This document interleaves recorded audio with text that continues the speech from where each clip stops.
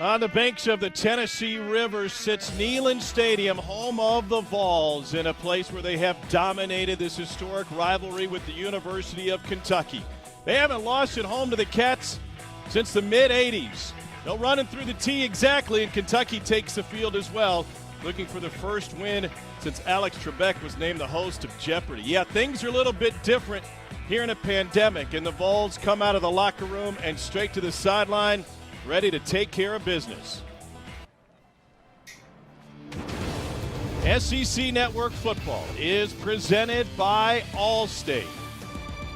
In a series that dates back to 1893, Kentucky's looking for its first win in Neyland Stadium since 1984. Let's take you back to the black and white days when they first met. Tennessee leads this series 81-25 with 9 ties all time. Peyton Manning never lost to Kentucky. Philip Fulmer never lost to Kentucky. No more barrel awarded, but still a rivalry game in 1984, the last time we saw it. Jordan Rodgers has made the slide over from Nation. Jordan, things a little bit different emotionally when it's a rivalry. Yeah, not as smooth as Chris Collinsworth sliding over, but here I am. And this rivalry is important, right, in recruiting. You got 2 programs that are trying to continue to take the next step, especially in the East and the SEC. So this is used in recruiting. You better believe it. That plays into the rivalry. Let's get you down to the sideline quick. Cole Kublik with Kentucky head coach Mark Stoops. Coach Stoops, emotionally, how is a rivalry game different from you in a moment like this? It's not much different, to be honest with you. It's about execution, and I know us coaches say that all the time, but it's so true. You look at the early part of the season, and a lot of us coaches, there's some frustration by not doing things right. We put it together at times. Last week, really played good defensively. A couple weeks ago offensively. We need to put it all together today. Staying with execution, why is it important for your quarterback, Terry Wilson, to get off to a good start today? Well, just that. I think just getting him in a rhythm, getting him off to a good start, getting him comfortable, that builds his confidence, and it builds the team's confidence around him. Thank you very much, Coach. Thank you. Tennessee won the toss. They've elected to defer, so Kentucky will receive. We'll see Terry Wilson right off the bat. We'll see Jarrett Garantano after the first Kentucky series. It has been an up-and-down career for Jarrett Garantano. 2019 against Alabama, called his own number and fumbled at the goal line. Boy, did he bounce back in a big way. Out of the bullpen to lead Tennessee to a win on the road at Kentucky, and 415 yards to clinch a bowl berth. He was great in the bowl game against Indiana as well. Tennessee looking to go 3-1 in the SEC for the first time since 2006. How do you grade Garantano's performance thus far? Well, I think it's been a tale of the Jekyll and Hyde, right? At times he looks really good, strong in the pocket, accurate. They're pushing the ball downfield well this year, especially last week at times against Georgia. But then the catastrophic mistakes, right? The interceptions, the fumbles, not knowing where pressure is coming from. He's got to be more consistent. Limit those catastrophic plays, and he's going to put together a good ball game and help them win. 2 quarterbacks in different positions. Jeremy Pruitt told us yesterday about Garantano. I believe in him. Mark Stoops told us this week Terry Wilson needs to produce. We've got a backup behind him that's ready to go.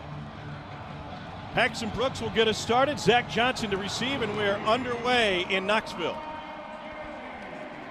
No return for Johnson, and here comes Terry Wilson. This quote from Stoops was simple. If he plays like he played, I'm going to make a change. We have options. Yeah, it's just the inconsistency, right? Previously, Joey Gatewood, who's extremely talented behind Terry Wilson, was kind of more of a package guy. Well, as the season goes on, he's got the whole offense under his belt. So now it's just about production. Look, they want it to be Terry Wilson. He's dynamic with his legs, just has to be more consistent throwing the football to provide some balance for this offense. Last week against Mississippi State, Kentucky managed just 157 yards, but they won the game. Fewest yards in a Kentucky win since 2000. The game before, they ran all over Ole Miss with 6 rushing touchdowns. Here's A.J. Rose with the carry, and he picks up 3 on first down. And this is what they got to do. Great hole to start there. Just tripped up. Otherwise, it would have been a much bigger gain for A.J. Rose. Consistently, this offensive line last week was not opening the holes you're used to seeing. That one, they did it. So how much do they mix up this run game? What new wrinkles does Eddie Gran have to get this run game back on track? 2nd down, 7 out of the shotgun. Wilson. A couple of injuries for Tennessee to tell you about that will be key in this one. Wilson will hand it off, and they snuff the run. Nowhere to go.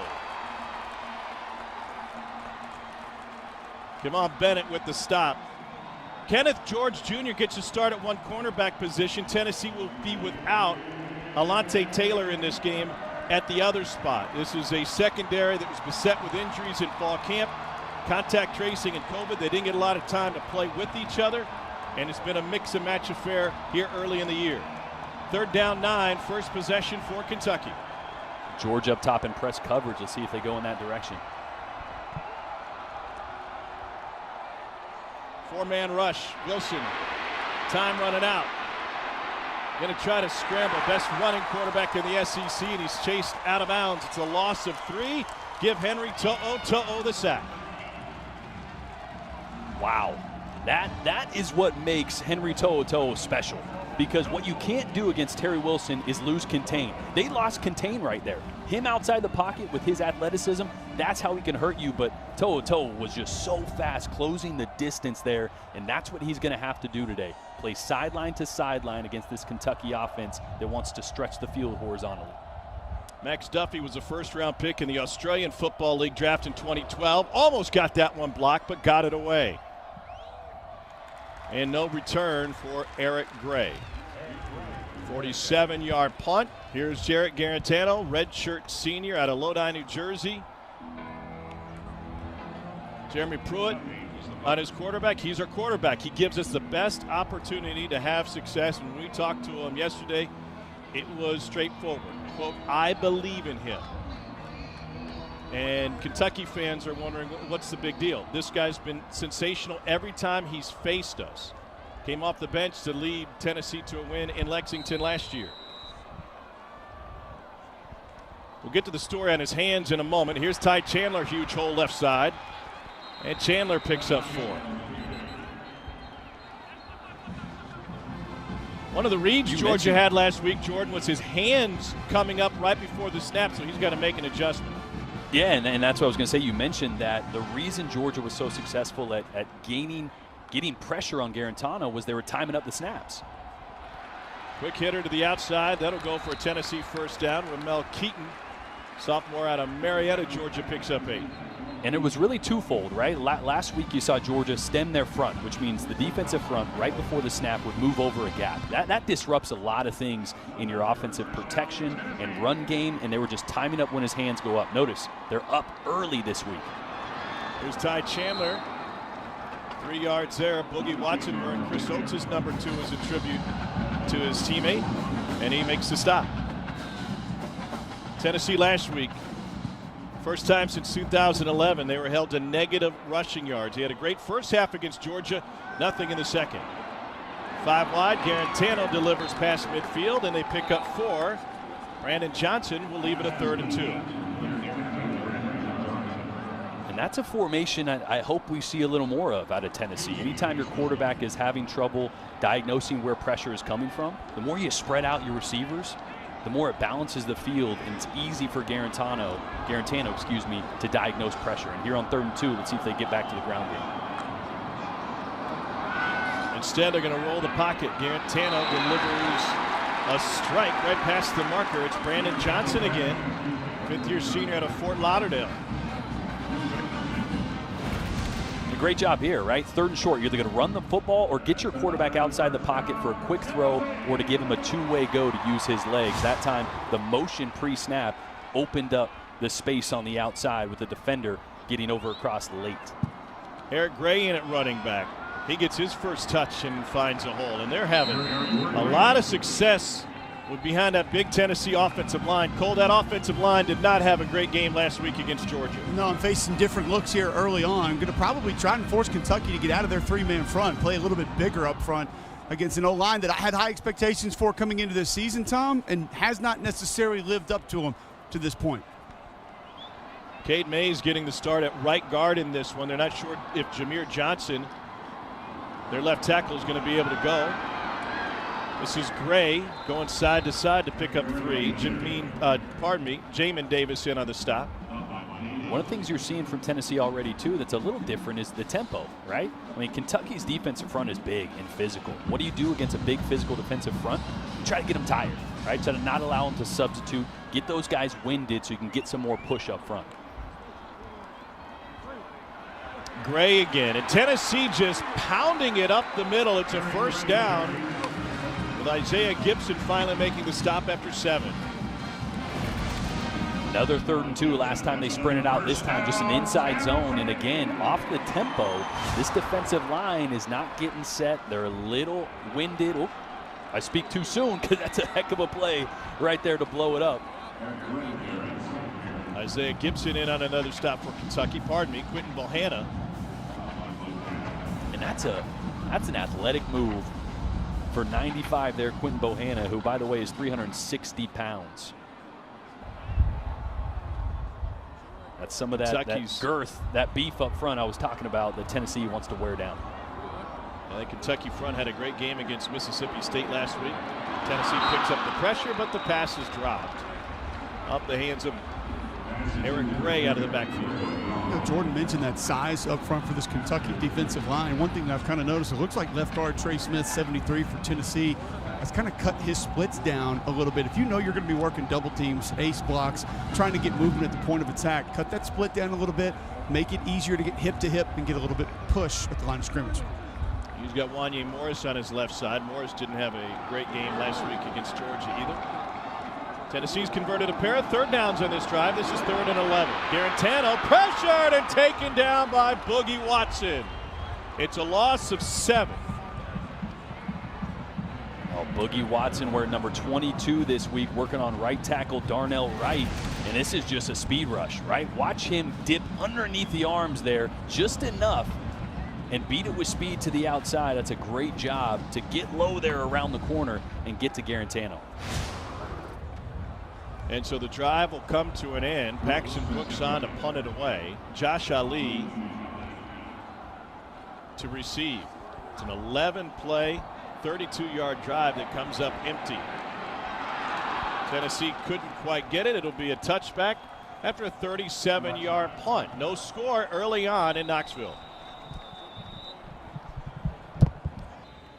When Mark Stoops built this program, he wanted to get it built in the trenches, and that's exactly what he's done. Let's take a closer look at our protection spotlight, brought to you by Allstate. One of the things that makes this Kentucky offense so difficult to defend, a lot of things stay the same and a lot of things don't. You heard Jordan talking about it on SEC Nation this morning. This is just the counter look. So backside guard and tackle going to pull. Right there would have been a flare out to the right side. Same thing. Same look from the offensive line. The 5 up front going to block it exactly the same way. You get a quarterback counter. So you have your 5 offensive linemen that have the exact same assignments, but you can run 8, 10, maybe even 12 different plays behind it to try and keep that defense on their heels. We'll see if they use that. A.J. Rose is the running back off of Terry Wilson's right hip. Tennessee shows pressure, looking to stop the run, and Rose picks up 4. You could just see already the push difference from this week to last week for this Kentucky offensive line.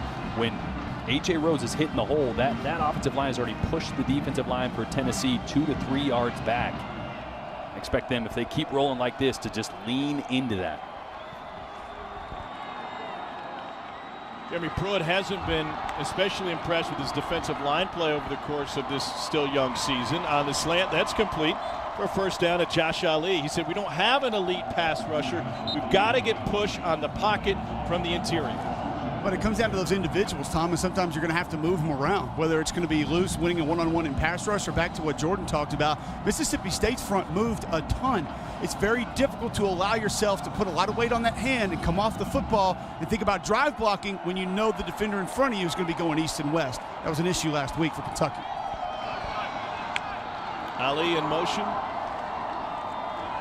Rose gets another chance. Tennessee in the backfield. It's a loss of 2. Just great penetration here in the interior line. Actually coming off the edge there. Great job from the interior line of holding those double teams firm so the pressure could wrap from behind to eat up that zone. Kavon Bennett with another big play, son of the great Cornelius Bennett. 2-time AFC Defensive Player of the Year with the Bills. Chris Rodriguez Jr. is now in the game at running back. Kentucky 6 offensive plays, 3 of them have lost yardage. Positive yardage on that one. Henry To'o in on the stop. It's a pickup of 2.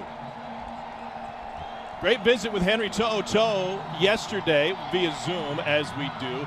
He got some extra motivation and coaching from a Tennessee great this week, Al Wilson. He said he was at practice. I pulled him to the side, got his thoughts. What do you think? What can I do better? One thing he said, stop messing with those offensive linemen. They'll get their hands on you. Hit them once, bounce off, go find the running back.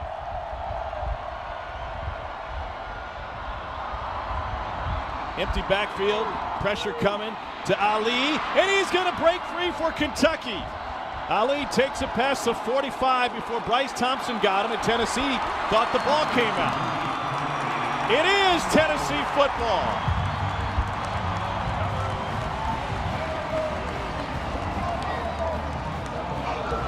Bryce Thompson with the recovery. Yeah, and it was a great play call to start it off, right? Tennessee brings pressure from the field. They throw a screen play to the boundary, but that is such a good job there by Bryce Thompson to strip it, right? Anytime you're tight on defense, you stand up the ball carrier, wait for your guys to come and start ripping the ball out. That's how big momentum plays happen.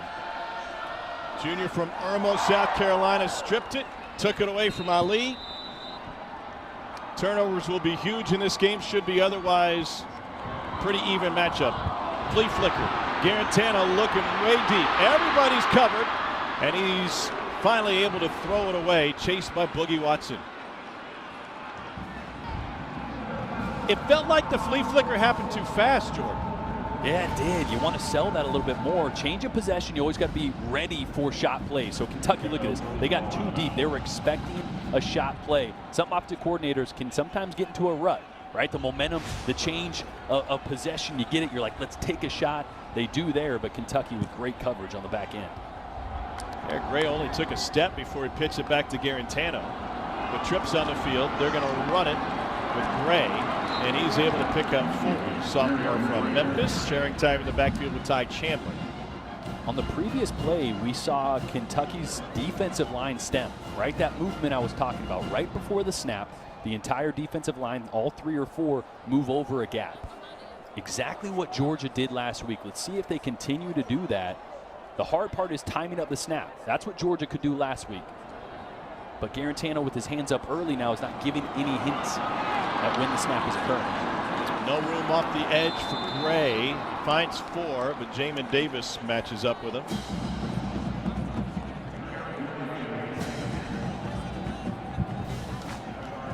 Tennessee's got a decision to make here.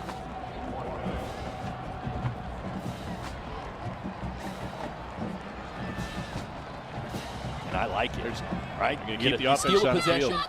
you take a shot. Why not continue to roll the dice here on 4th and short? They've been great this season, 6 of 8 on 4th down. Kentucky's defense is one of the best in 4th down preventions, 9th in the country. Garantano complete, and we'll see where the mark is. They needed 3. Brandon Johnson with the catch. First down for Tennessee. And it's a really good job by Jim Chaney, right? On 4th and short, defense wants to play up in the face of the receivers, not give them any space. Chaney comes out with a bunch formation to the field, meaning 3 receivers in a triangle formation. The defense has to then back up because crossing routes can get you there. So he's able to fabricate some space before the snap and only needed 3 yards.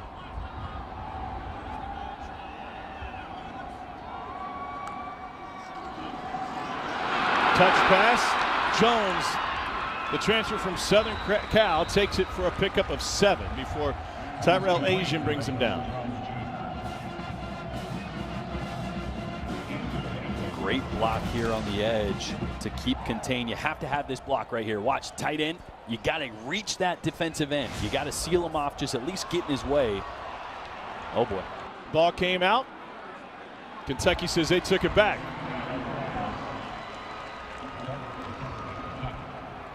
And did we see a signal yet? Kentucky football as Tennessee fumbles it right back to Kentucky. Couple of turnovers here late in the first quarter. Marquand McCall ends up with the recovery for Kentucky.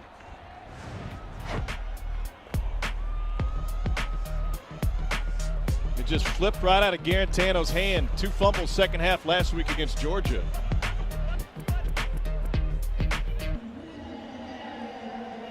We had back-to-back turnovers. The first one, a fumble by Kentucky, and this last one here, Garantano is trying to throw the football. You're going to see in a replay, Kentucky is late getting to the ball. Garantano has a run play called, sees that Kentucky is late, and look at that, Ty Chandler expecting the handoff, doesn't even realize Garantano is throwing and hits the ball out of his hand. That's what you got to be careful as at a quarterback, right? If you're going to do your own thing, you got to get out of the way of the running back completely. Obviously, Garantano saw something that he liked on the edge. Yeah, like I said, this tempo, Kentucky hasn't been lining up, so we wanted to try to get it out before they could line up. Wilson on the run, complete to the outside. Breaking news, by the way, multiple media reports. Nick Saban has been cleared to coach tonight in Georgia's game against Alabama. Did that surprise you? No, it didn't surprise me. Not at all. I mean, come on. COVID is no match for Nick Saban. Are you kidding me? No one in the SEC has been for a long time. So Keaton Upshaw had the reception that last play for Kentucky. 2nd and 6 now.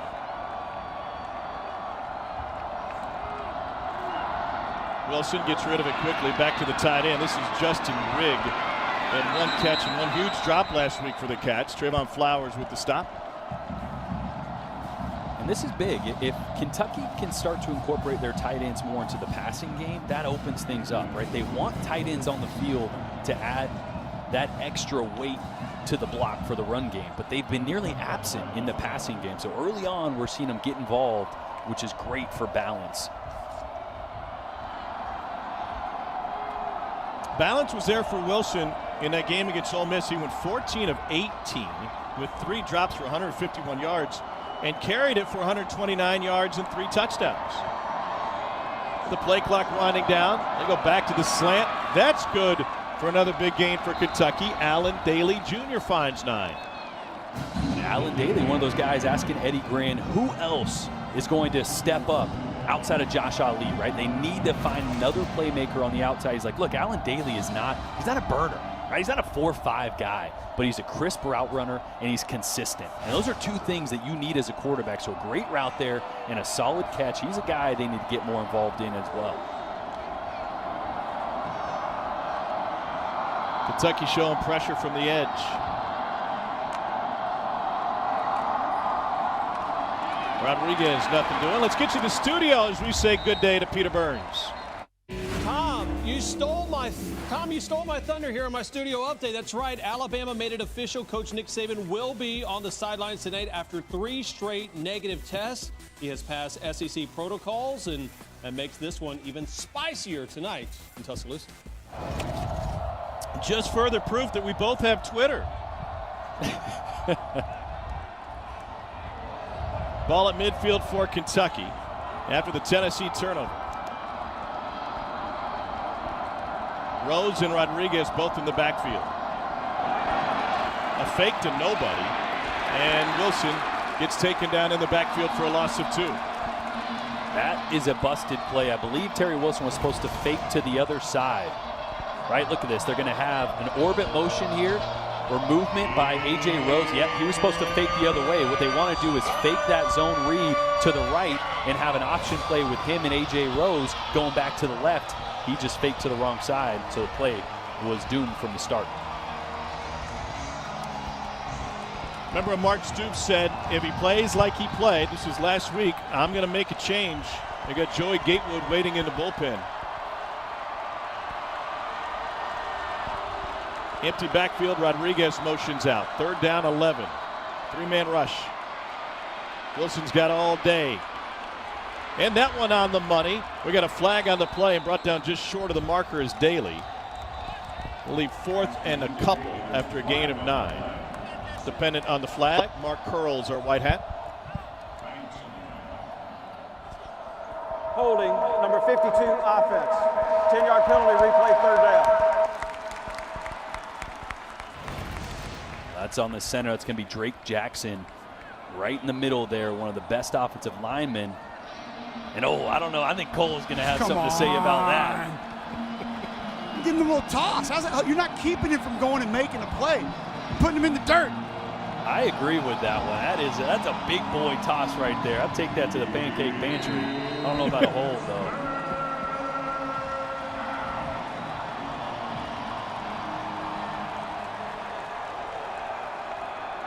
Third and a mile, here's where you'd expect something like a screen. All right, they tried to take a shot on 3rd and 11. Last play, nothing was there. Had to check it down underneath, get something out of his hands quick. Wilson ranging. Gets chased out of bounds. Escorted out by Latrell Bumpus. And Bumpus with pressure up front. Nothing doing in this first quarter. You think this is going to be a low-scoring game? Yeah, and I think both these teams would prefer that. And I say prefer, right? I mean, every offense wants to score points, but both these teams want to control the game on the ground, right? That was a story for both these teams coming in. Get the ground game re-energized. So I will expect a little less possessions. And now that we've seen a couple turnovers, I think that's the way the game's going to go. First quarter comes to an end. This big rivalry game that's been dominated by the Tennessee Volunteers, who have won 33 out of 35. Turnovers, the story early in this one. Each team has given it up once.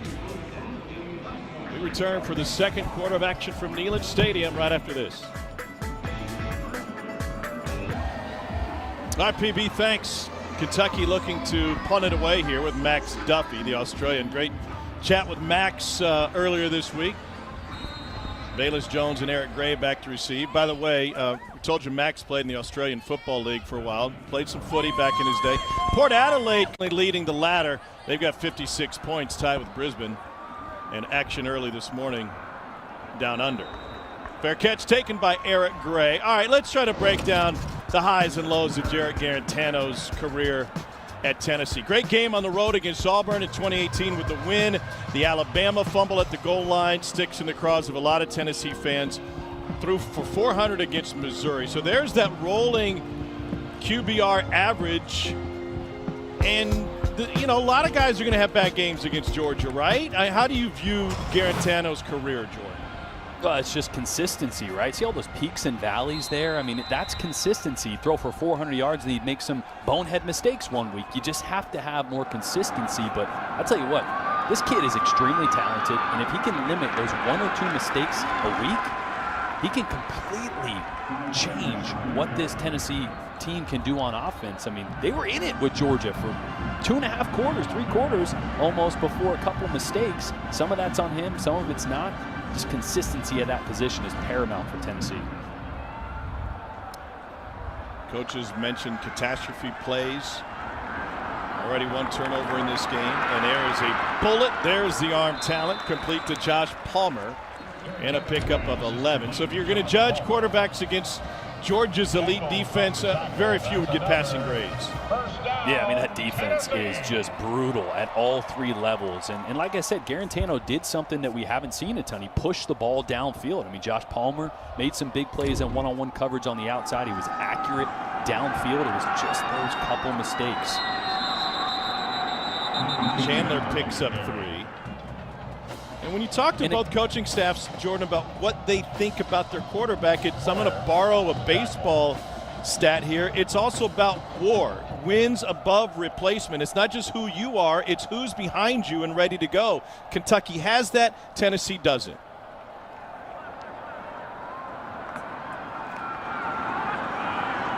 On 2nd and 7, Chandler again, 3 yards.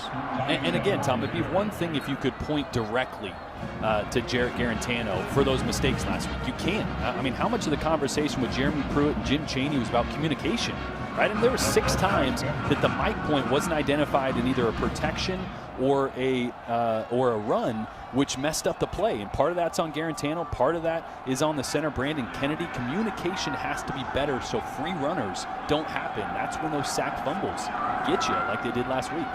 You saw Kennedy, the center, pointing out to Jamin Davis right before the snap. Garantano to the edge, picked off! Intercepted by Kentucky in a free run. Lots of green for Kelvin Joseph. His 2nd pick in as many games.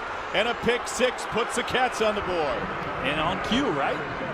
I mean, it's the inconsistencies. I mean, this is not a throw you should make. Wide to the field, in tight man coverage against Kelvin Joseph, the transfer from LSU, who's a heck of a player. You just can't throw a quick out to the field on close man coverage. You should walk to the line of scrimmage as a quarterback and go, not doing that, and move on. It should never even be in your post-snap read because it doesn't look good pre-snap. So that's just a bad mistake and a heck of a play, right? Great break on the ball by Kelvin Joseph, but again, those catastrophe plays that Jeremy Pruitt was talking about, that's what they are. Joseph going to go from intern back to boss man. Ruffalo is playing after, sneaks in the upright. It's a 7-0 Kentucky lead. Kelvin Joseph, the LSU transfer, with a pick six, officially 41 yards off the Garantano interception. Let's go back to the interception here. Two things. The first, this ball should have been snapped earlier. Right now is when you want to snap that ball as the defender is trailing. Get this guy in a full speed sprint so you can out leverage him. Watch, he starts to gather up. Now that defender closes ground and he's going downhill the whole time. It's just a bad play from the start when you let that corner get back on top of that route, right? You got to snap it earlier, get your receiver on a full run if that's going to work. So mistakes all around for Jarrett Garantano. 6 of 9, 40 yards, 2 turnovers for Garantano. Santa Anixa's head coach Jeremy Pruitt, he said, when asked about the relationship yesterday, he said, "Oh, he's great. He's a funny guy. He's tough. We have a lot of fun together." Chance Pora's kickoff goes through the back of the end zone. And Jeremy Pruitt talked to us yesterday, Jordan, about how much Garantano has improved coming into this season. Yeah, but you got to think, and he has, right, that there's been marked improvements, but you got to think the leash is getting shorter, right? Because that first turnover, that's on him as well. That's a called run play, right? If you're going to pull that and throw it, which coaches are fine with, you have to get out of the way of the running back. So both those turnovers directly on Garantano's shoulders. Don't expect any reaction from Garantano to the boos. Here's a toss. Sweet man. Kentucky snuffs it out. It's a loss of 5. And J.J. Weaver coming in to make the stop. Talking with Garantano yesterday about his demeanor, he said, "Listen, I grew up in a tough neighborhood. My dad was tough on me. He had expectations for me growing up, and he taught me early on, you're going to go through peaks and valleys. There's no need to show your emotion as a quarterback when things aren't going well." Garantano delivers over the middle. It's a strike for a first down to Brandon Johnson. And again, here's the good from Garantano. Watch how he uses his eyes here. Look at his eyes. Starts left, moves back right to open up the hole. He gets 44 that linebacker to move right to open up the vacancy in the middle of the field. So the good and the bad, you see it both equally right now. Garantano dumps it off. This is Gray. He takes it down nearly to the 45 and a pickup of 9. And now the Tennessee offense has found a rhythm. It's got to be so frustrating, Tom, for Tennessee fans. It'd be one thing if there was just a whole lot of bad, right? Then your hopes don't get up. But there's certain plays that Garantano piques your hopes because he can be so good, and then he crushes them like we've seen twice already today. Again out of the backfield, this is Gray. And Gray got knocked backwards by Yusuf Corker and Jamin Davis.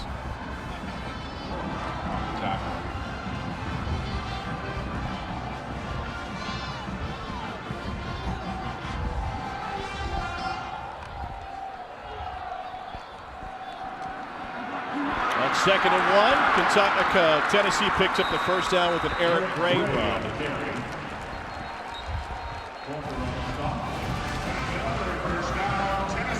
Just a zone play here. Great movement by the offensive line and a really good block by the right tackle Darnell right there. On first down, Garantano intercepted again. Jamin Davis finds the sideline. Nobody's going to catch him unless it's Garantano. And he's got blockers in front. Davis will stumble into the end zone. A 75-yard interception return for Kentucky. Wow. Kentucky had 6 picks last week. That's their 2nd interception in this one, their 3rd takeaway, and the defense will spot Kentucky to a 2-touchdown lead. And right there, that's a great example of just trying to do too much. And we saw a few plays earlier, Garantano check it down to the running back, right? They want to push the ball downfield. Linebackers drop out. You check it down. This is forced. The linebacker's 12, almost 15 yards downfield, it looked like. You got to not try to force that into a small window when it's not there. Ruffalo's point after is good. Jamin Davis had a career game last week against Mississippi State. 11 tackles and a pick. He's right back at it again.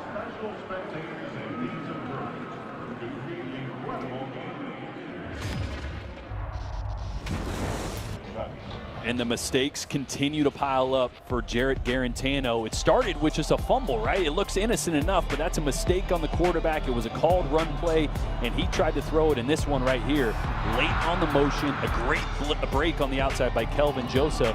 And right here, unforced error. No need to try to force the football into a window when you have a linebacker that's 12 to 15 yards downfield.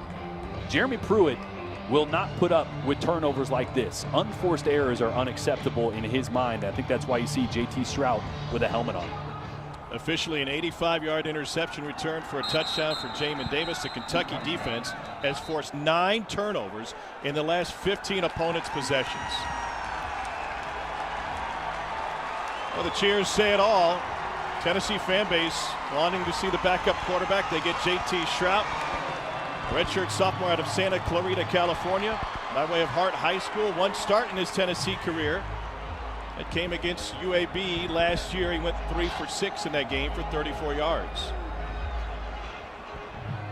And he did play a little bit, right? I mean, last year quite frequently, Garantano came off the bench, so Stroud was in there as they were trying to figure out that quarterback position.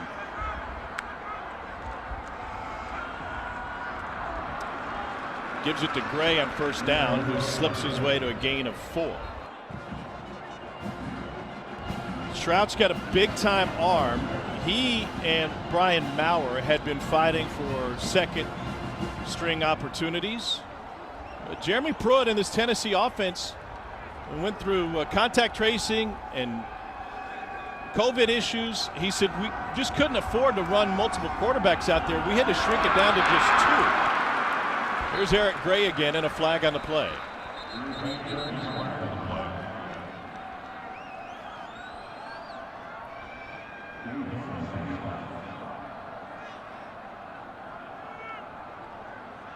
Mark Curls will share the call.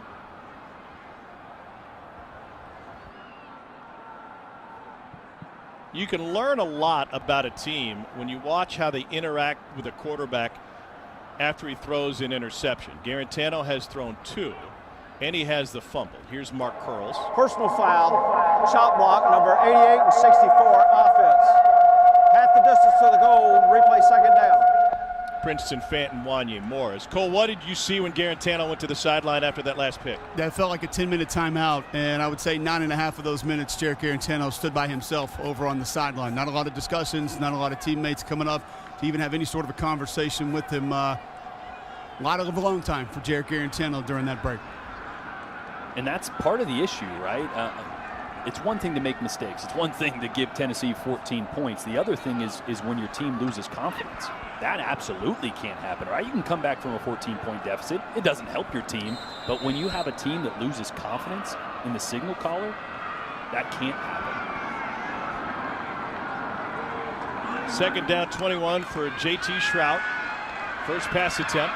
Pulls it back, lets it go, and that is intercepted again! Kentucky's got another takeaway! Tyrell Asian came away with that one. Kentucky's defense has 10 takeaways in the last 16 opponents' possessions. I mean, this is unreal. Look, we put a lot of blame on Jarrett Garantano early. Let's start giving some credit to this Kentucky defense. They are ball hawks. Tyrell Agent on the outside. This is a heck of an interception. He's playing over the top. They're trying to squeeze a fade route in cover 2, and he just makes an unbelievable break on the ball, and this Tennessee sideline completely dejected as Kentucky has a chance to build on this lead. SEC Network Football is presented by Allstate. You've never been in better hands. Lona Sieber with the field goal at the end of regulation, but Eric Ainge had 7 touchdown passes in this Tennessee-Kentucky matchup in 2007. Antonio Reynolds would ultimately stuff Andre Woodson's 2-point conversion attempt, one of the wildest games in the history of this series. Tennessee 52-50 in 4 overtimes. Vols were ranked 18th then, same as today. Tennessee has won 17 consecutive home games against Kentucky. Last time Kentucky won in the stadium was 1984. Handoff to A.J. Rose. And the offense not doing a whole lot for Kentucky. That's fine. Their defense has outscored their offense 21-17 over the last 6 quarters. You know, that usually helps. I think offensive coaches are pretty happy about that. But yeah, there's still a glaring issue up front for Kentucky, right? Since last game, and Mississippi State's good up front. So is Tennessee, but just have not consistently gotten the push that they're expected to getting.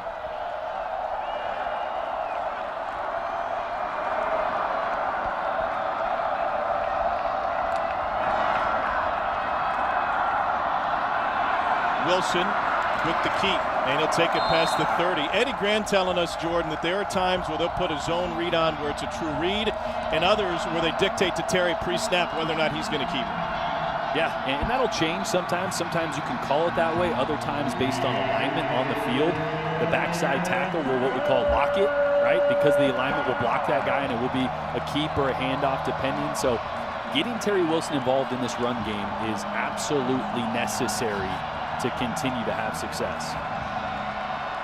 Only 49 total yards for Kentucky in this one so far on a 3rd and 2. Straight ahead, first down Kentucky, and a little bit more for A.J. Rose.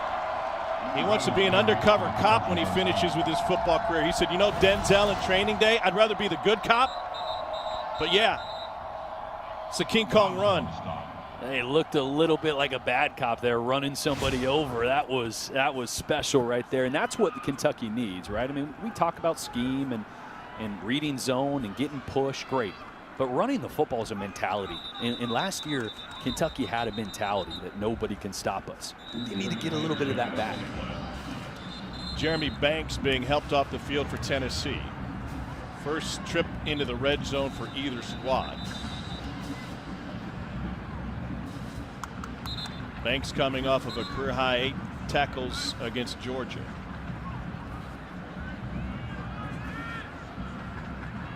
No question Kentucky has the momentum in this one thanks to their 3 takeaways. Pardon me, 4 takeaways, 3 picks and a fumble recovery, and they could drop a sledgehammer on UT with a score on this drive.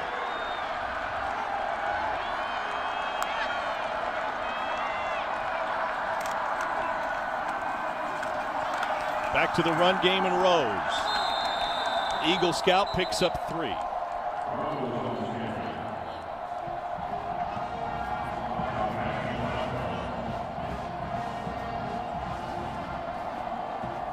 Both his grandpa and his dad have been involved in law enforcement over their lives, and AJ looks to get into that post-playing career.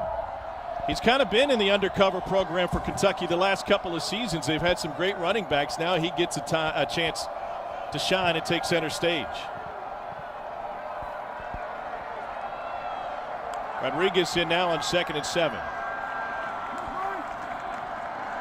Rodriguez hit at the line of scrimmage, stays on his feet, and ends up picking up a few more. He's spun away from Darrell Middleton. This is a huge 3rd down here for Kentucky. They've been struggling in the red zone. Just 73% of the time, 12th in the SEC, getting points in this area of the field. A field goal is great, yeah, because your defense is playing well, but this offense needs a first down. They need to punch it in here, like I mentioned, for that mentality, that confidence, that attitude that they're looking to get back.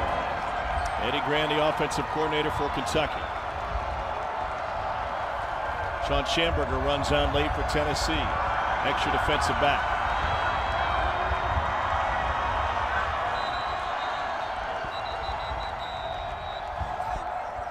Tennessee takes a time, pardon me, Kentucky takes a timeout, looking at a 3rd and 3, already up 2 touchdowns.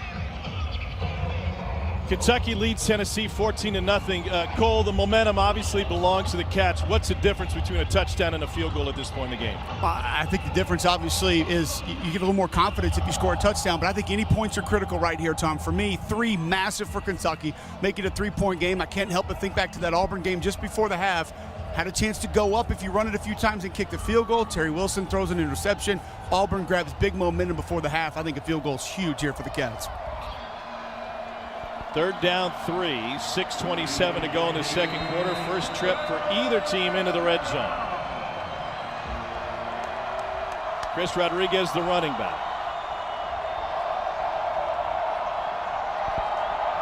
Pressure. Wilson lets it go. End zone. Toe incomplete. Knocked away by Trevon Flowers out of the hands of Keaton Upshaw. He had 6. This is a guy that they wanted to get more involved. He's 6'6", 245, so he's such a good target, big target, great route there. Ball just a hair behind, but he's got to catch that ball. You got to be firm with your hands, bring it into your chest. Really good job there by Trevon Flowers of getting his hand in there after the fact, but no excuses. You got to catch that. 30-yard attempt for Matt Ruffalo. Missed a field goal and an extra point in the loss to Ole Miss.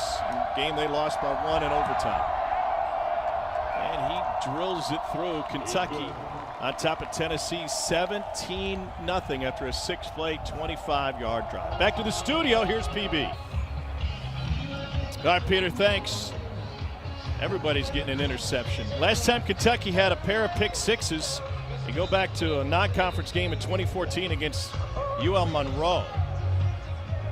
And they haven't forced 4 turnovers in the first half since they did so against South Carolina in 2008. And here we thought COVID was the only contagious thing we got to worry about. Picks are going around, man. You got to put some sanitizer on those hands if you're a QB. Keep it clean, baby, because mask it on. Is going around. Keep it clean. Velus Jones, after 4 seasons at Southern Cal, one of their best kick returners in school history, and there's been some great ones. Doesn't have a chance to return this one.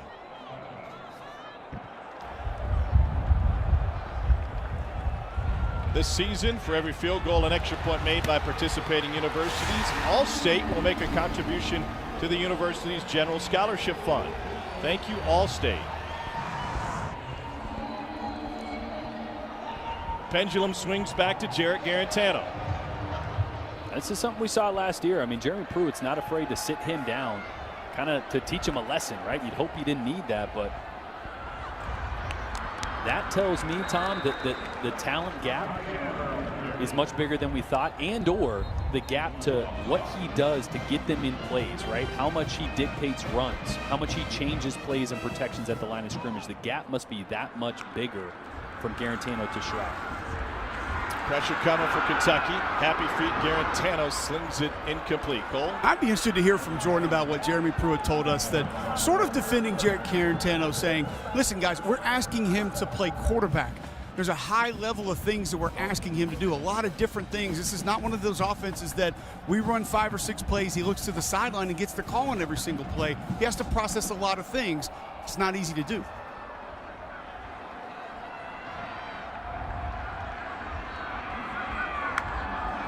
Now 3rd and 5. To the running back, Chandler. And he's just short of the first down. It's going to bring him forward. Back to that point, I agree. I mean, Tennessee asked Garantano to do more than most quarterbacks, if not more than any, in the SEC. So there's a lot on his plate. But again, if he's not able to handle that, then you got to adjust, right? If simplifying things is the answer to making sure he doesn't force it or make mental mistakes, then you have to do it. They leave the offense on the field. 4th and less than 1. I formation now. Oh. Chandler straight ahead. Bounces. And it's a Tennessee first down after the stop by Yusuf Corker. Boy, that was a favorable spot. Kentucky was all over this. Thought they might go quarterback sneak since they do it more than any team in the country. And, oh, man, that spot. He gave him well on the other side of that line. I'm not sure he got there. Chandler, huge hole, pardon me, Eric Gray, and he picks up 14.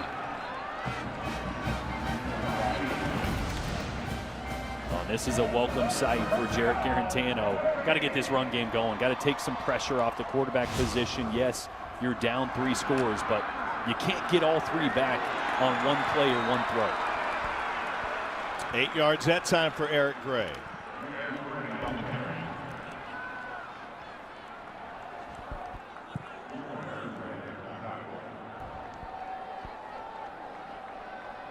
A lot of Trey tempo. Smith a little slow getting back to the line. Yeah, they look a little tired, right? Tennessee's using a lot of tempo. Gray touched in the backfield, still gets forward for 5.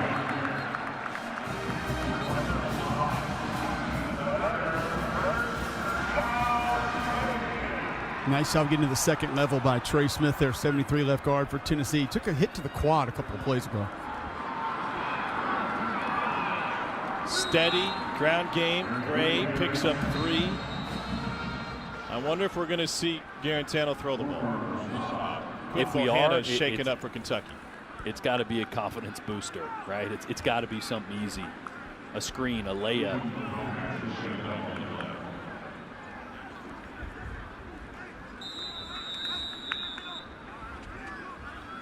Bohanna in a lot of pain.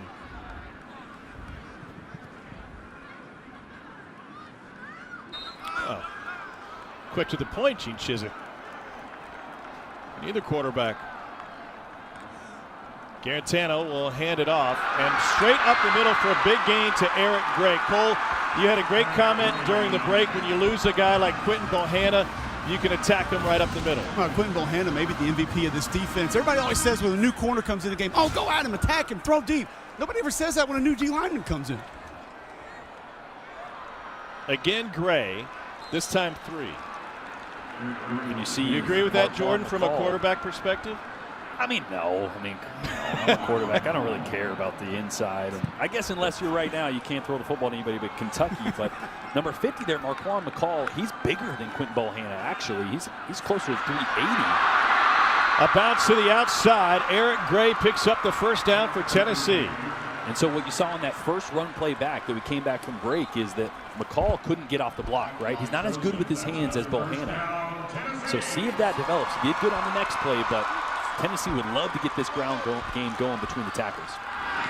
9 straight run for Tennessee on this drive. Eric Gray picks up 3 and looking at second and goal from just outside the 6.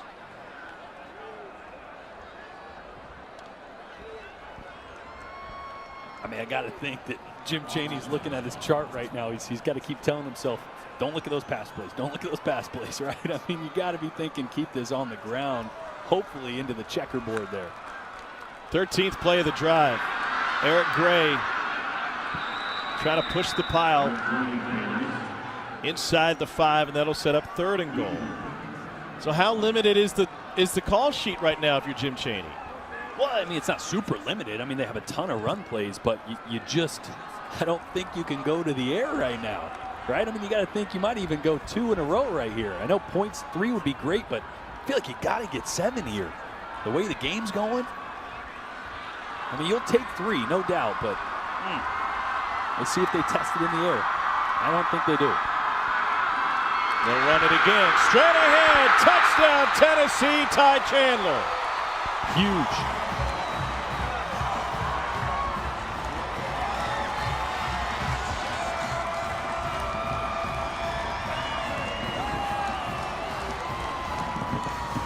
That is 7 points, pending an extra point here, but it's so much more than that. This Tennessee offense was down in the dumps in this first half. Turnovers, couldn't do anything right.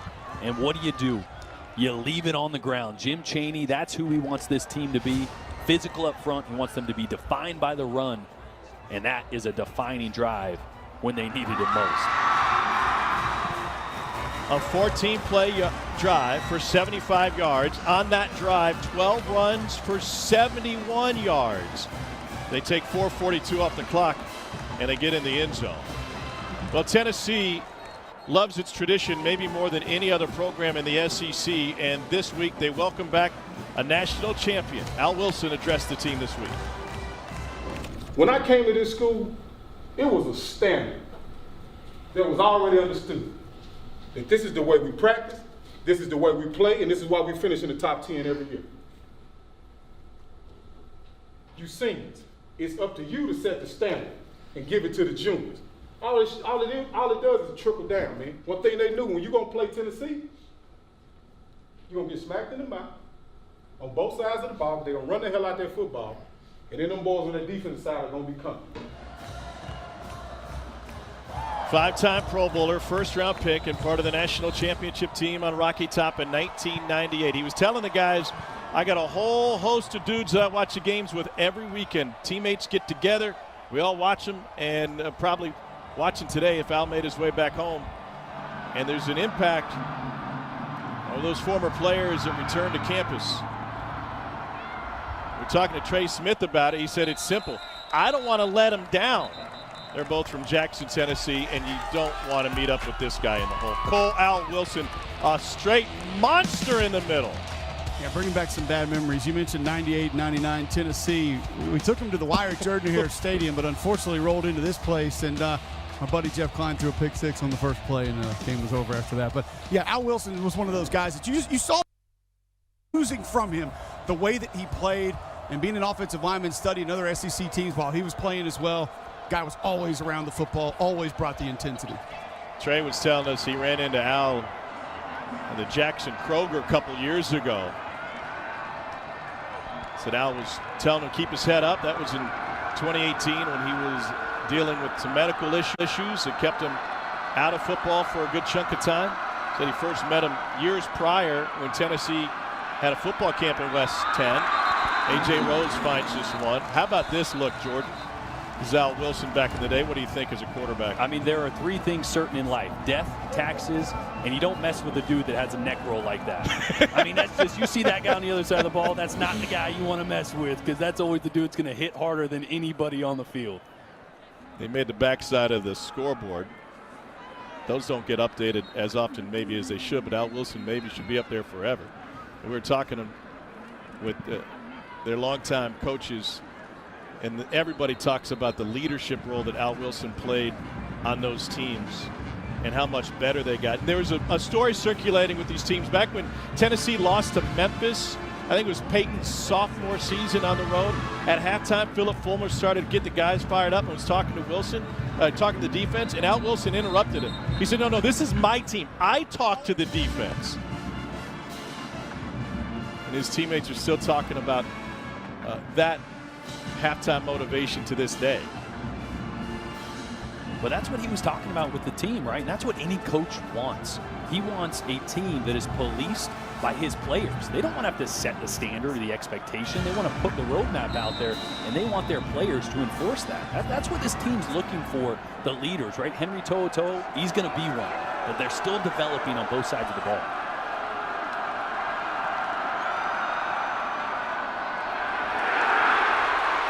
Wow, Terry Wilson stuffed up the middle.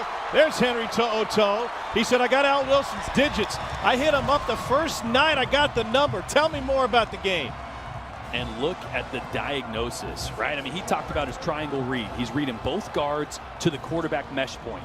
He is not going to get fooled by misdirection or motion in the background. And that time, he didn't get fooled at all. It was straight downhill all over that quarterback run. Early Tennessee influence for Henry To'oTo'o, playing at De La Salle in California. Same school that produced Tennessee great Kevin Simon. He said early on, they started showing me some Kevin Simon tape. First time he saw the power tee and learning to play the position. While we have a break in the action, let's throw it to Laura Rutledge at capacity in Neyland Stadium today.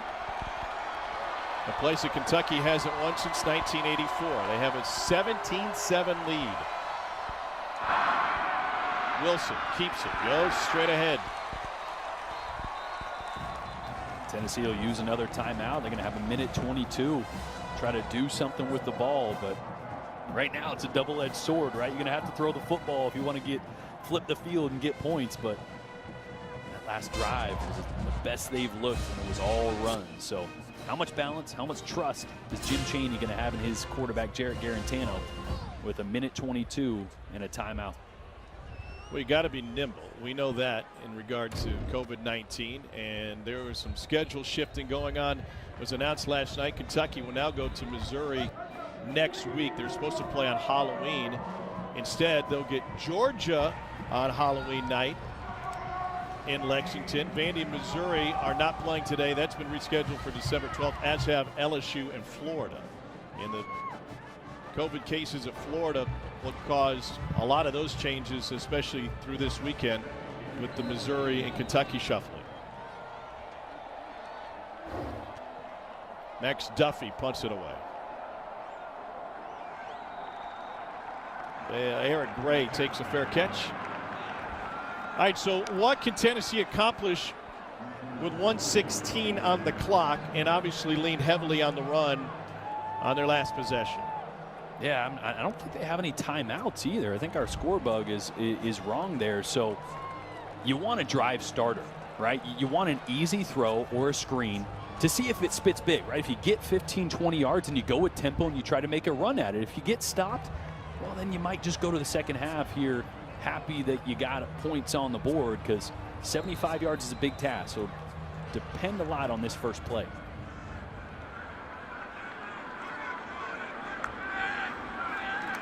Four-man rush. Wow, great break on the ball by Kelvin Joseph. Okay, and he had right some there, inconsistent play. Go ahead.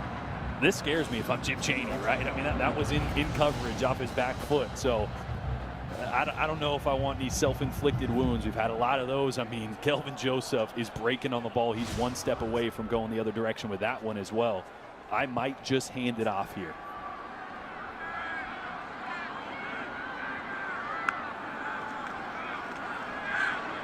He's going to throw it. Incomplete. Trying to find Josh Palmer, who's been quiet in this one. And he was open. That's just a miss there. Garantano low with that one, trying to anticipate Palmer coming into that middle of the field void, but just off on a lot of his throws today so far. 11 of 18 through the air for 83 yards for Garantano with 2 picks. JT Shrout, his backup, threw a pick in his only attempt. Here's Gray. No timeouts remaining for Tennessee. A minute to go. Kentucky has a pair left, and they'll use it here with Tennessee looking at a 4th down. Yeah, so you mentioned the fact that Chaney's playbook isn't especially limited with Garantano, but there might be a few that he crosses off the sheet once he gets into the locker room. Absolutely, and that's what the best coaches do. They adjust, and anytime you're a quarterback, the first thing you do is you go sit down in the locker room, you grab a bar or something and drink some fluids, and the second thing you do is talk to your offensive coordinator, right? And the first thing I expect Jim Chaney to do is go, hey, what do you feel comfortable with right now? I know there's a lot going bad, and we don't need to talk about that. What do you feel comfortable with? As a quarterback, when you've thrown 2 interceptions, you have a fumble, your confidence is low right now. You need some plays that he feels extremely confident in to execute so you can get some positive plays through the air. Does that change on game day versus the meeting that you had with your coordinator throughout the week? Totally.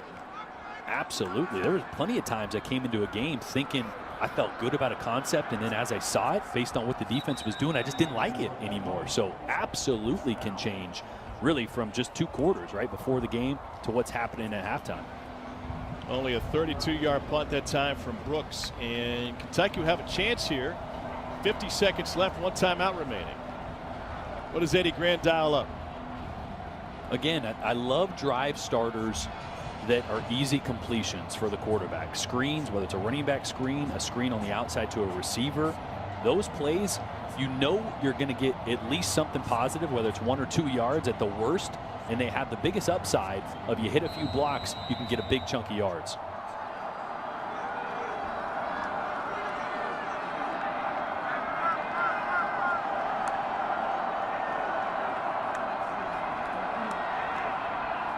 To the outside. Kentucky gets 3 yards, but that's it. Josh Ali with the reception. Sean Schamberger the stop for Tennessee. Clock rolling, 36 and counting. Terry Wilson 5 of 6 for 42 yards in this game.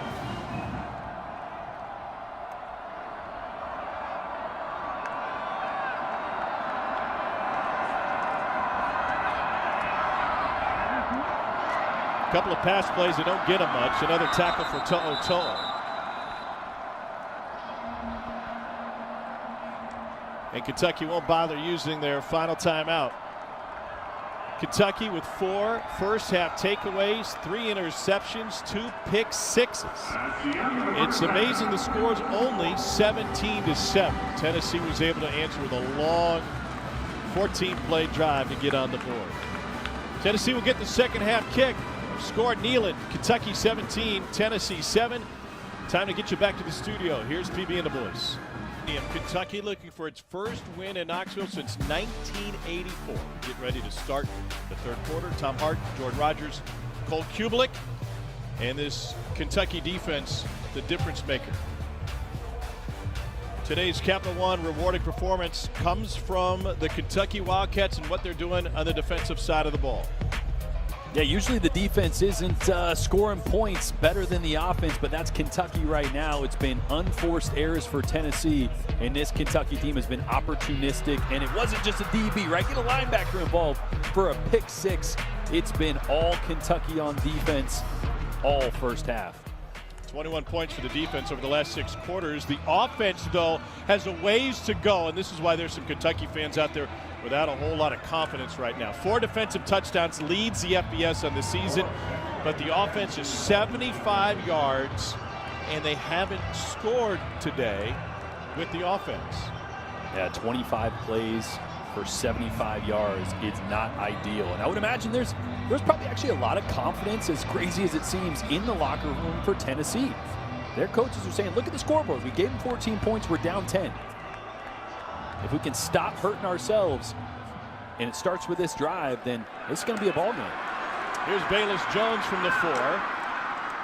Trojan transfer takes it to the 20. Cole, what'd you learn from Jeremy Pruitt? Obviously, guys, I asked Coach Pruitt about Jarek Arantano, how he wants to handle him in the second half. He said, listen, he's our quarterback. I took him out just so he could calm down a little bit. I needed to have a conversation and let him relax, let him breathe. He said outside the interceptions, there weren't many negative plays in the first half, and he said he feels great about his Tennessee defense. I appreciate that on the defensive side, but the negative plays, there were 3 interceptions and 2 pick sixes. And oh, by the way, a fumble. I mean, Mrs. Lincoln may have liked the play, but she's not talking about it. 1 yard on first down. Give me your prediction on run-pass ratio in the second half for Tennessee from a play-calling standpoint. I think it's got to be 70-30, right? I mean, you got to get going on the ground, as we see right here in back-to-back plays, but especially because just before half, remember Quentin Bohanna, the nose guard for Kentucky, 6'4", 360 pounds. He's extremely athletic in there. He's disruptive. He's not in the ballgame anymore, right? He was out with an injury, and after that injury, Tennessee went 12 straight runs. I think it was in that drive, but run all the way to the end zone. So that's the formula right there. Let's see if Kentucky can stop it on the inside. Marquare McCall has replaced him nose guard, 1 yard that time for Gray, who's over the 100-yard mark in this game. Yeah, guys, and Bohanna was taken off on a card, and I was told by that Kentucky training staff coming out of halftime his return for this game is doubtful. And McCall is a good player, right? 380 pounds. Remember, we talked to Trey Smith. I asked him, would you rather go against a 360, 380 guy or a 260 that's got speed? He said, I'll take the 360 all day. Why? Because you can predict where they're going to be. You can get a double team. You may not get as much push, but they're not as disruptive. So Kentucky needs to find that disruptive player, whether it's McCall or Hoskins or Josh Paschal, to slow down this run. Jordan, you like the idea to punt it 4th and 1 from your own territory? Yes. I think this is a smart move to start the half. Again, they got to get things going on the ground, but going for it on 4th and 1 there, I think given Kentucky the opportunity to have another momentous play would have been a bad move. So I agree with the punt there. Paxton Brooks with a 46-yard punt. What does it take for Kentucky's offense to find some rhythm? I think This offense is unlocked when the quarterback is explosive in the run game. Designed runs, right? I mean, Wilson had a big run last week, but outside of that, they haven't broken off many big runs. He needs to be more dynamic with his legs when the opportunities are there.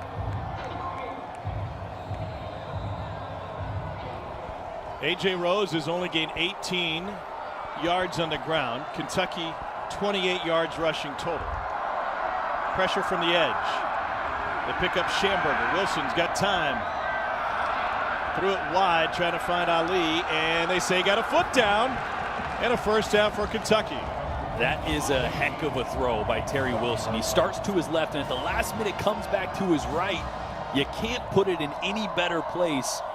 And Josh Ali with the toe tap to keep it in. I think they're going to look at this one. I'm not sure his left foot. Field of a completed pass at the sideline is under further review. His right foot was down, but by the time he secured the ball, I'm not sure if that left foot came down. I think that's what we're looking at here. Yep. So it'd be whether or not the trail foot is down, and Josh Ali has it in his possession. Again, such a big-time throw by Terry Wilson. But here, watch, the right foot's going to come down, but does it come up before he has possession? I think it does, and does that left foot get down? I'm not sure. I think he might have caught it just right between strides.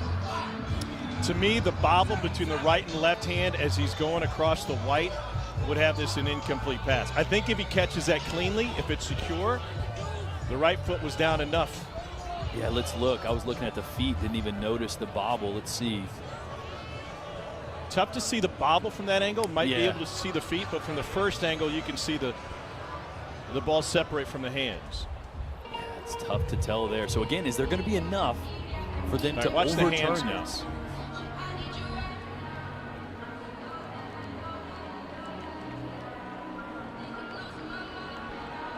Right there. Oh, yeah. Uh-huh. Yeah, I think you're right. So stop looking at the feet. I think that subtle bobble, just a little bit, right? All it's got to do is shift to show that there's not firm control. Yeah, he kind of double catches it. Look at you, Tom Hart. How about that? It's a great call there. I ran the telestrator at Vanderbilt last year. What can I do? That's right.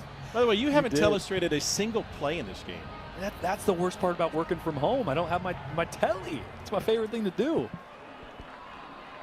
Traded the telly for a hoodie. Further review, the ruling is that it's an incomplete pass. It'll be 2nd and 10 at the 24-yard line. Reset the game clock to 13:05. 13:05 on the game clock, please.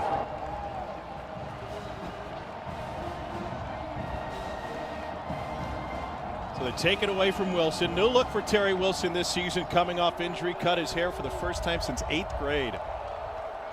And then Bowden did that before last season, did it at SEC Media Days. Ended up having a remarkable season as Kentucky's quarterback, which was unexpected, obviously. A little more aerodynamic.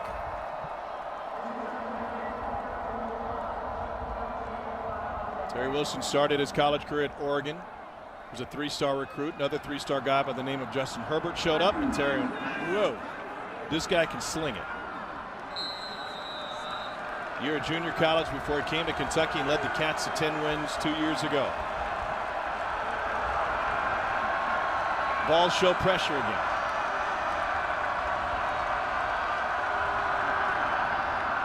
On 2nd and 10 to the slant. That's complete to Ali, and he takes it to the 40 for a first down on a pickup of 16. That route has been there for the Cats today. And that's a great call by Eddie Grand, because Tennessee's answer to the quarterback run into the zone read has been to add that nickel back or that linebacker outside the box off the edge late, right? So you add that, so you keep contained, you add an extra body out there to funnel everything inside.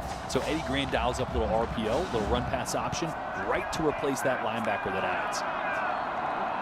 And you see they're trying to do it again here at the top of your screen. It's going to add late.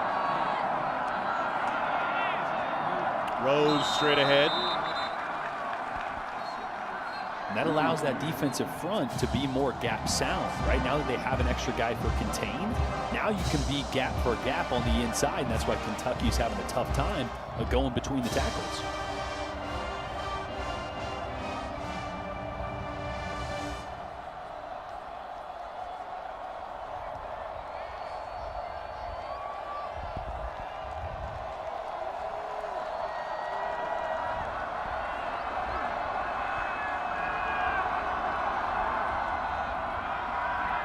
Wilson throws on second down. That's complete to Allen Daly, and a Kentucky first down. Tennessee will do a thing called pattern match in the secondary. What does that mean? Well, it's called zone, right? So pattern matching, it looks like zone to the quarterback, but based on where the receivers are and where they released, inside, outside, deep, the underneath coverage then matches like man-to-man. So it looks like zone, but ends up being a lot closer to man-to-man.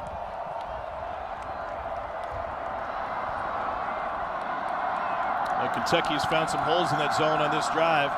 First down, hesitation and explosion. Rodriguez, a stiff arm inside the 20. Boy, just an excellent job by Drake Jackson, Luke Fortner, center right guard for Kentucky, climbing to the second level. And Tom, you called it out as soon as that play hit. That backside A-gap was wide open. Kentucky run game getting rolling here in the second half. John Schlarman's offensive line doing a sensational job in this one. 17-7, Kentucky leading. And the Cats running some clock here. It's been a balanced attack in the second half for the Cats. Watch a run to the right here.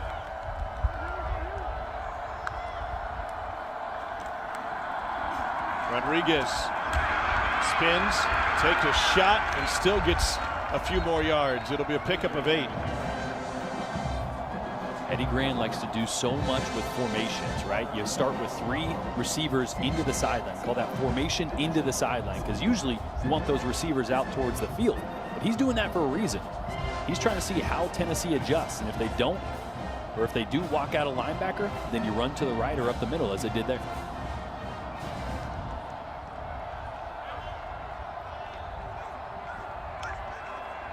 Second trip inside the red zone for Kentucky in this one. Settled for a field goal in the first half.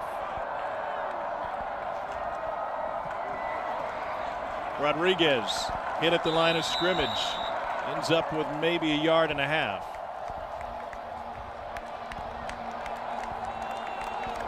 This is so crucial right here.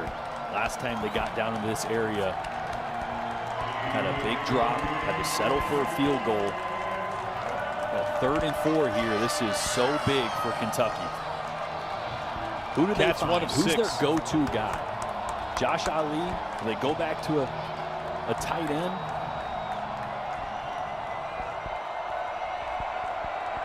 They're going to vacate Wilson. Rodriguez will take the direct snap, and he'll power forward for the first down.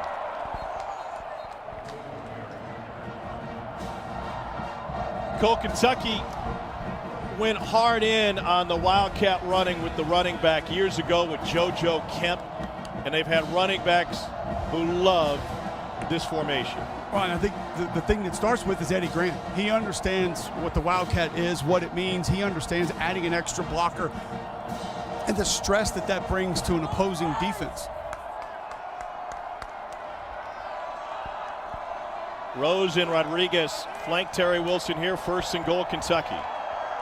Watch Josh Ali in the slot. Wilson keeps it. Aiming for the pylon, and he's brought down just short, stepped out of bounds at about the 1. Had man-to-man coverage, thought they might attack it through the air, but instead Josh Ali with a great block on the outside. Look, if you're going to have success with a quarterback running, see that?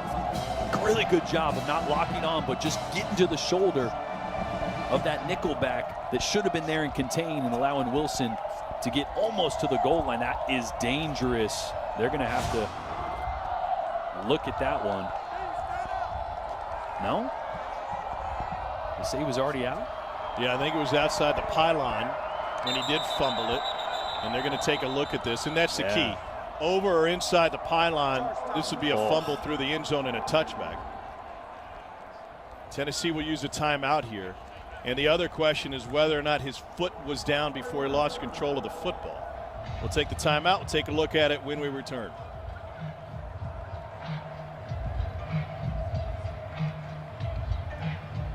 It was never in bounds.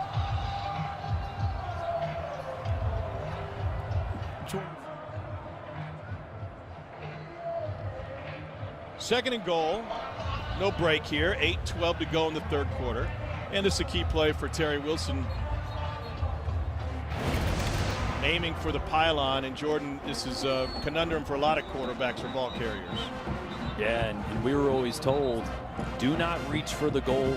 Do not reach for that front pylon unless it's 4th down, because this can happen. And I've never been yelled at so much in my entire life than when I did this at Georgia my senior year by James Franklin. He lost his mind, and it was a blowout. It didn't matter. We were getting blown out, but these are mistakes you can't do. And I think luckily that ball looks like it's on the outside unless it grazes it there. It's tough to tell. Well, it looked like his foot was down out of bounds before he let go of it, as Rodriguez takes a direct snap and gets stoned at the line of scrimmage, and that will leave 3rd and goal from the 1. And that's a bullet dodge there by Kentucky. I mean, that would have been a huge mistake. So, but again, another 3rd down here in the red zone, something that they've struggled at this year. And a crucial time to try to get 7 instead of another time getting 3.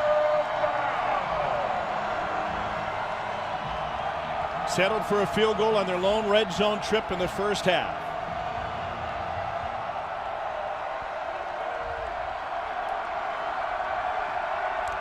Unbalanced to the left, or at least a tackle on that side. Wilson going to throw. Man coverage. Caught. Touchdown, Kentucky. Allen Daly with a shove of Bryce Thompson to get a little bit of room, and that's all he needed. And he came into the game with just 3 receptions on the year, but one of the reasons they wanted to get him involved, 6'3". He's got a big frame, and Bryce Thompson's going, come on, look at the push-off. Let's see it here. It's a little hand fighting. Man, that one's close.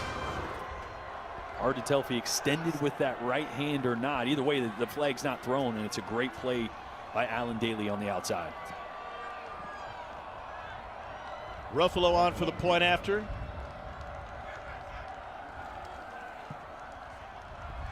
And the line drive kick gives Kentucky a 24-7 lead. Terry Wilson came into this game knowing that his job was on the line. Defense picked him up in the first half. Now he throws for a touchdown in the second half. And the Kentucky quarterback confident for the Cats.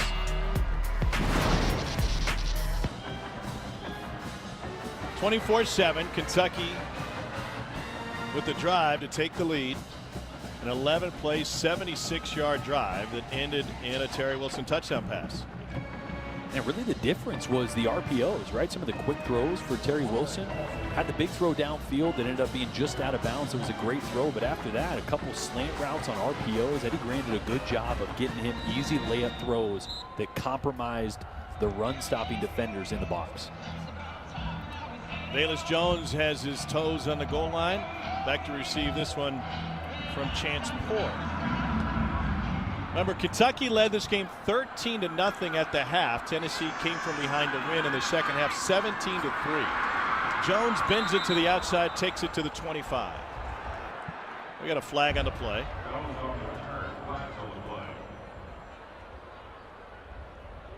Tackle by Dotson.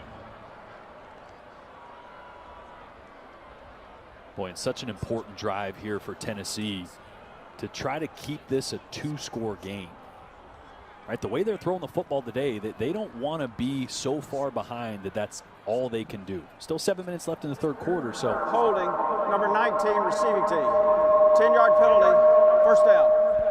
And that doesn't help, but still with this much time, you can still be balanced on this drive, right? As long as you're moving the football, you can run the football, you can sprinkle in some passes, but got to keep this a 2-score game, I think, if you're Tennessee, because you don't want to get into a situation the way it's been going through the air where you have to throw it on every down to get back in the game.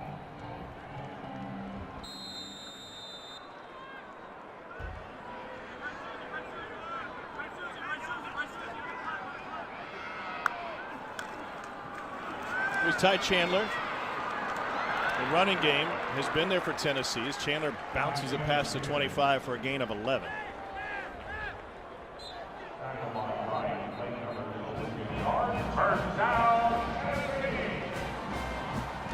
That interior for Kentucky, I don't want to keep harping on it, but just hasn't been the same since Quentin Bohanna went out.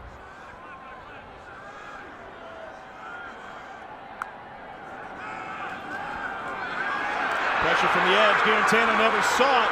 Lost the football after he was down. And it was picked up by one of his offensive linemen, Jordan Wright. Sacked for the sacks Garantano's second sack of the day. Yeah, it's Wanye Morris, the left tackle here, trying to get out to Jordan Wright. The tough part about that for Morris is Wright walked up late. So Wanye was thinking he was going to be working on Josh Paschal over the ball, and Jordan Wright walks up. Now his surface area, the space that he has to make up, is further outside and just didn't get there in time. Those are those dangerous plays that hurt Tennessee last week. The sack fumbles. Garantano, you can't see that coming, but you got to always be secure with the football. It's not good to see it on the ground again. And is that Wanye Morris down? It is Wanye Morris. Left tackle Jameer Johnson did not start this game. He's been bothered by a hamstring injury, and they were hopeful that he would even be able to dress in this game. But Tennessee's going to lose its left tackle for at least a play. When we return, Vols looking at 2nd and 19. A lot happened on this last play for Wanye Morris. None of it good for the sophomore out of Grayson, Georgia, and Grayson High School. His man got to the quarterback. Morris picked up the loose ball. It wasn't even in play. Garantano was ruled down, and then he got injured on the tackle by Jordan Wright, who got around him for the sack. And so they've gone to a new left tackle. They're going to bring Calvert in for this one.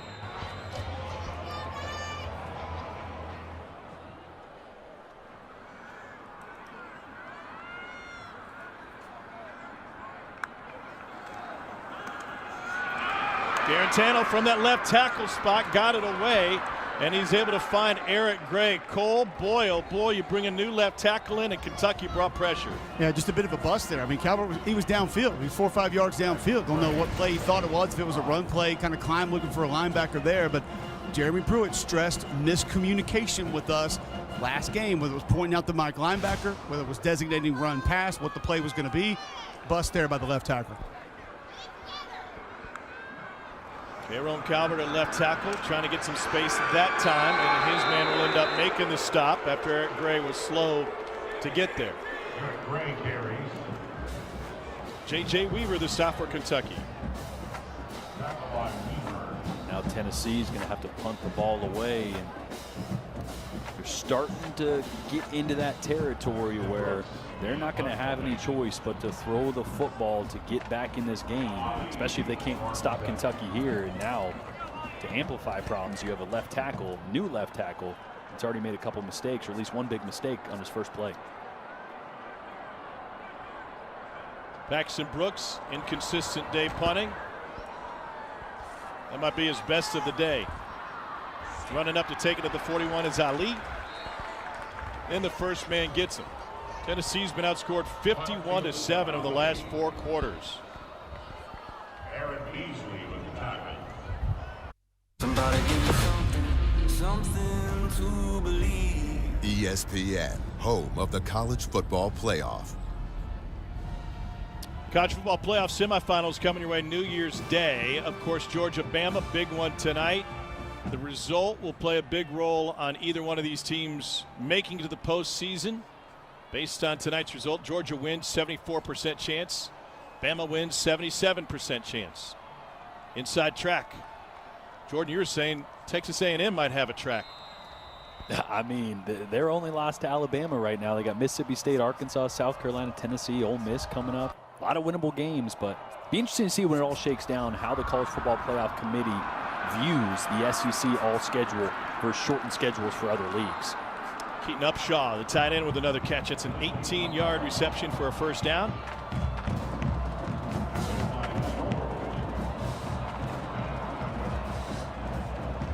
We got a flag on the play.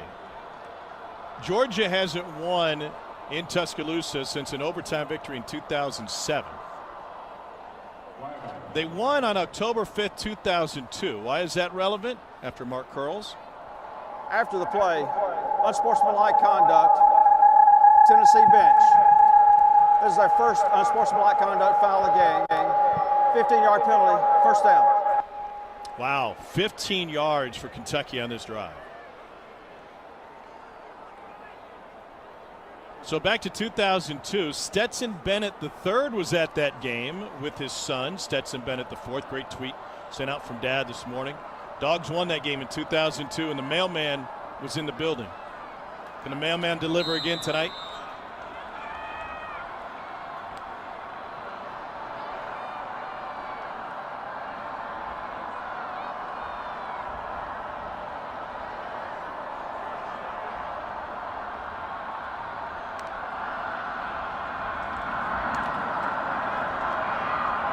On first down, they find 3. Cole, what's your take on that matchup tonight? I think 2 big matchups I'm watching. You mentioned Stetson Bennett. Can he go create points, find points? I think a subpar game by Alabama, you're looking at 28, 31 points, maybe with not even a great performance.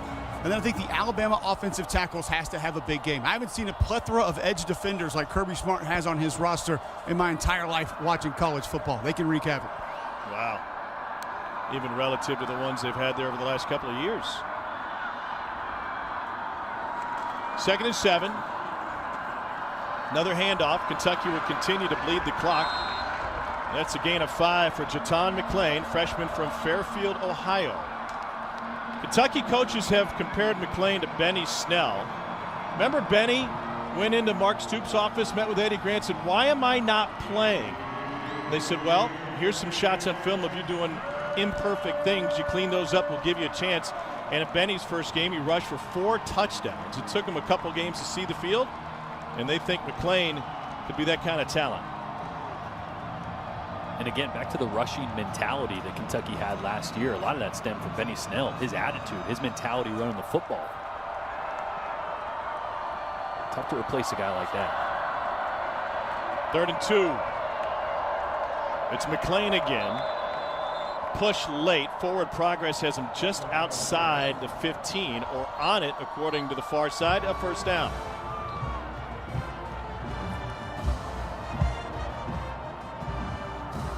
Guys, remember a couple years ago we were in Gainesville. Kentucky got the monkey off their back by winning in Florida for the first time since 1986. This has the feeling of the same kind of momentous opportunity in front of the Wildcats. And if you're Tennessee, you can't give up 7 here. Cannot. Have to find a way to stop Kentucky in these next 3 downs. Miscommunication. Tennessee's back in. Sling to the outside. Here's DeMarcus Harris. Gain of 5. 3rd trip to the red zone for Kentucky. They have 1 touchdown and 1 field goal on their previous 2 trips. It's been a heavy dose of RPO. Run pass option on this drive. Terry Wilson's hit a couple nice ones to the tight end, to Allen Daly. Love to see an RPO dialed up here on 2nd or 3rd down.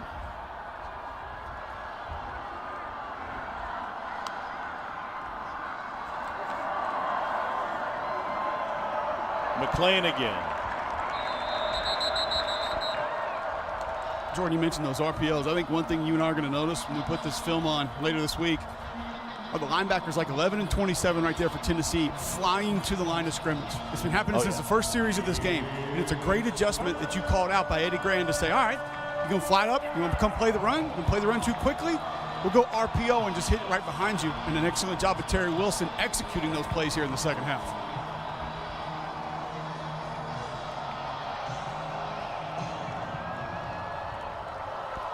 A.J. Rose in the game, not running back, replacing McClain. Josh Ali in the slot here, but he's going to be bracketed, double covered. So who do you go to? Looking far side, back shoulder incomplete, but a flag. Kenneth George starting in place of Alontae Taylor at that cornerback was draped all over the tight end Keaton Upshaw. That's a tough matchup. Keaton Upshaw is such a mismatch just from a size perspective at 6'6".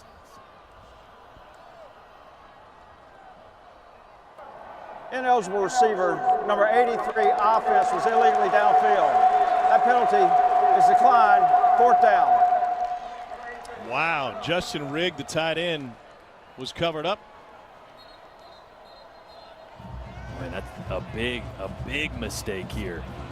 Ended up being really good coverage then on the outside by Kenneth George. Wasn't sure if they were trying to throw for pass interference, but you see 83 going downfield there. He was covered up on the outside by Keaton Upshaw. It's So see, on the ball there, also outside of him, Keaton Upshaw, the tight end, also on the ball. So you can't go out for a pass. Ruffalo drills it, and Kentucky has settled for a field goal for the second time on a red zone trip. That being said, they have a 20-point lead here at Neyland Stadium. They've lost 17 consecutive games here in Knoxville. Last win came in 1984. You know, bury a time capsule from 1984, you'd include some pretty impressive items in hindsight. Tetris was released in 1984, and Jeopardy had been around, but the friendly Canadian Alex Trebek had yet to host until 1984. That was also, if you're a Stranger Things fan, when season 2 was set. I don't know where you lean, Jordan. I mean, you go Purple Rain, you go Born in the USA by the Boss, or we could just enjoy Madonna, the first MTV VMAs. Yeah, I'd go Born in '88, so you take that one. I need to know if that Tetris release was with the Game Boy or did it come out a different way before that? Ooh. I think it said Electronica, which I didn't even know was a console. I never played it on my TI 99 4A. I know that. Never played a non-electronic version of Tetris either. Yeah, it's called Jenga. I have. You never packed for a long vacation? Trying to fit all that in the trunk? That's Tetris for you. Speaking of trunks, let's get you to the studio. Here's Peter Burns. Thank you, Tom. Time for the State Farm surprisingly great performance. Not surprising Will Muschamp's defense wouldn't be rocking and rolling, but surprising they found a way to pick off Bo Nix not once but twice. J.C. Horn, the Jalen Dickerson getting it done. South Carolina on a drive right now, but still down 19-14 to the side. All right, Peter, thanks. Tough day at the office for Jared Garantano. Here's Eric Gray. They've really leaned on Gray a lot. He's averaged over 100 yards a game over his last 6 games, including this one. And he's turned into a real threat for Tennessee, both as a runner and a receiver. Second down 4. Nothing doing on the screen. Mel Keaton blown up by J.J. Weaver. This flag on the play. Just a quick screen to the outside. And Kentucky does a great job of diagnosing it quickly. You can see linebackers moving out of the box towards that. Must have been something in film that they knew that was coming, but no bigger third down than right now. I think this might be the ball game, right? Tennessee's got to get not just points, but they got to get a touchdown on this drive. You can't go into the fourth quarter down this much, and threw a flag there for, it looked like a kick at the end, huh? Yeah, got him right between the wickets.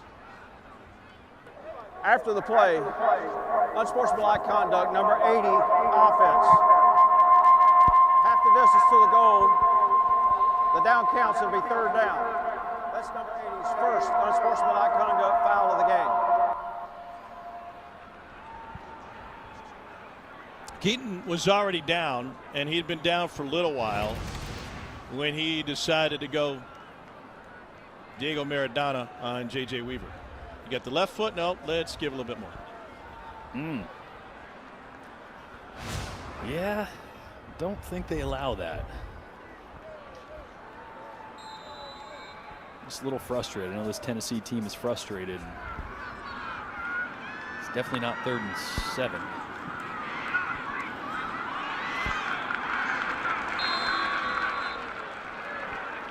Pass to 20 to Jacob Warren. Now that would have been 3rd and 21, right? Yeah, and you got to punt this ball, but the time for Tennessee to get back into this ball game is about out, right? That third down was going to be huge, but get the penalty and get pushed back that far. Kentucky's got a 20-point big stop, or this one's going to be a wrap for Kentucky.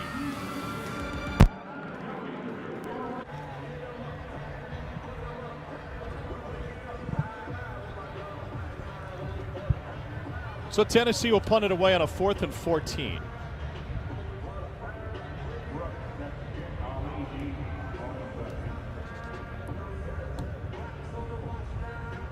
Start of the fourth quarter. Kentucky hasn't won here since 1984. Mark Stoops snapped their long losing streak with a win at Florida a couple of seasons ago. Got a couple more demons he can exercise this season. They haven't beaten Alabama since 1997.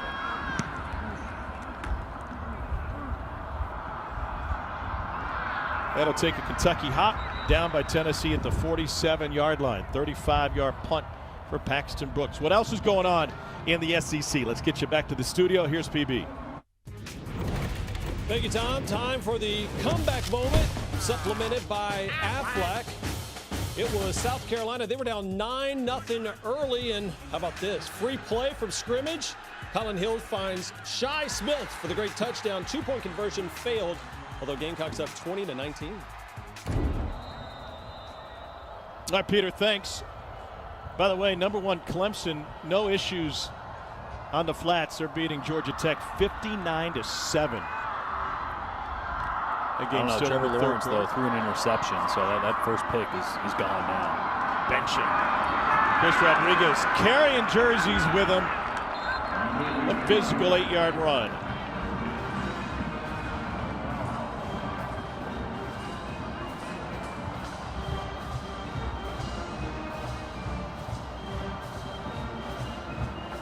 Kentucky run game is, I would say, still below their standard, right? I mean, just 84 yards today, but with the interceptions, the yards can be a little misleading, right? You get short field, you don't have as many possessions. They've definitely controlled the clock, but the RPO, the passes off of those hard runs, has really been the most successful part of this Kentucky offense today. On 2nd and 2, first down Rodriguez. Kentucky's rushing offense, one of the best in the country, top 20 right now. They led the nation after their 408-yard rushing game against Ole Miss, in which they averaged better than 7 yards a carry. Had 3 go over 100 for the first time in a modern era. I mean, that's numbers you usually only see from triple option teams, right? It's just staggering. I mean, they were, and Jeremy Pruitt talked about it, it's kind of like facing a triple option team in terms of the discipline that you need, and they were very much a run-based attack with Glenn Bowden at quarterback last year. Rodriguez again.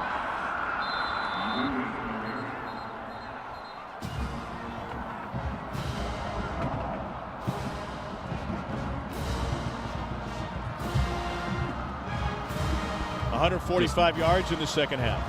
Just night and day different, right? And again, I think some of the running game opening up was due to the play action passes or the RPOs off that, but Tennessee had a good plan early, and Kentucky has just frankly wore them down as the game went on.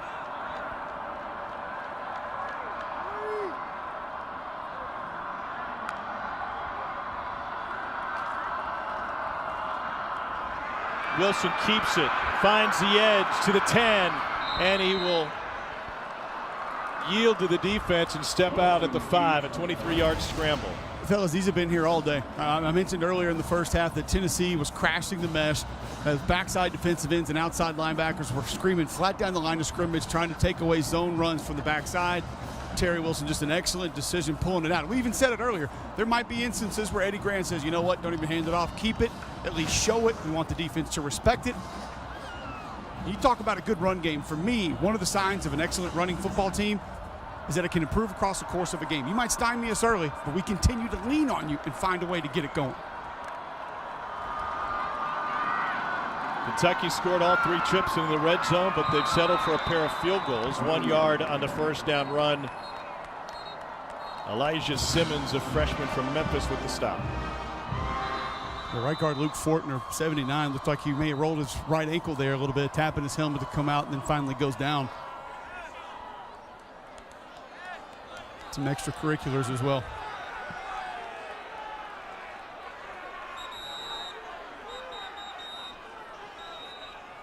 $20-point lead for Kentucky, knocking on the door. Luke Fortner, the injured player in the middle of that scrum.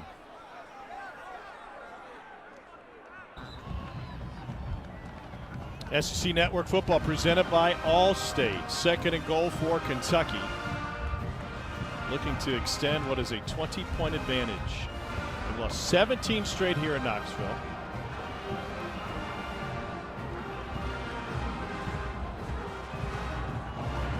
They ended that 19-game losing streak to Florida a couple of seasons ago.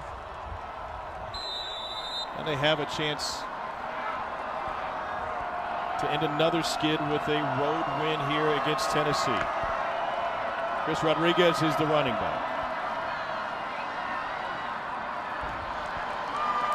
To the 2.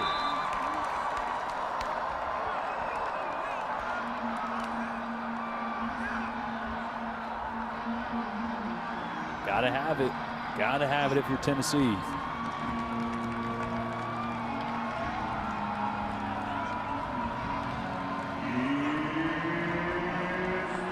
Austin Dotson is the new right guard. His second play replacing Luke Fortner, who was injured before we went to timeout. 3rd and goal.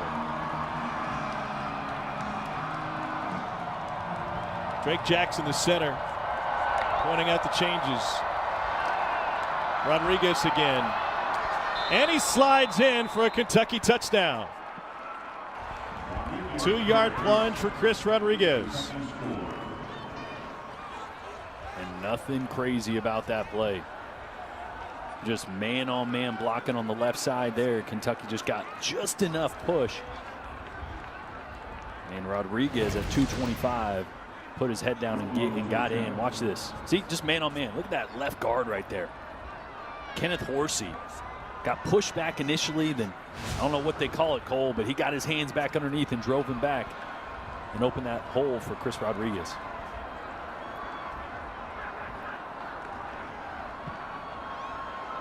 Ruffalo's point after is good.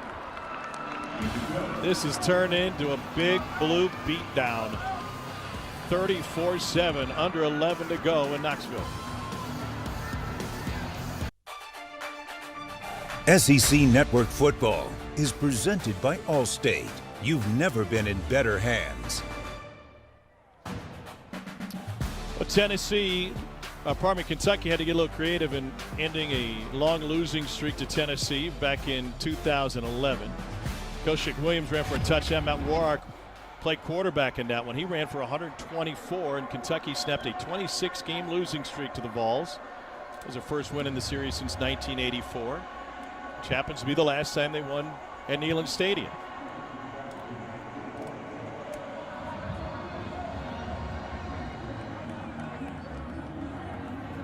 Knocking another one off the list, right? I mean, we talked about it.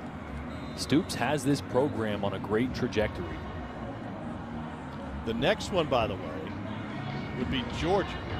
Longest active losing streak against a single opponent for Kentucky is the 10 straight they've lost to the Bulldogs. Here's Jones. A big block at the front of that and ends up taking it out to the 28. All right, everything's blue right now, right? I mean, Kentucky's celebrating a big hit on special teams. They're rolling. Jeremy Pruitt's got 10 minutes and 48 seconds. Now, I'm not saying to win this game, but to try and get something done here. What can they accomplish in the last 10:48? Well, it's all the little things, right? I mean, you got to have this better is a big one. communication. Harrison Bailey is in at quarterback.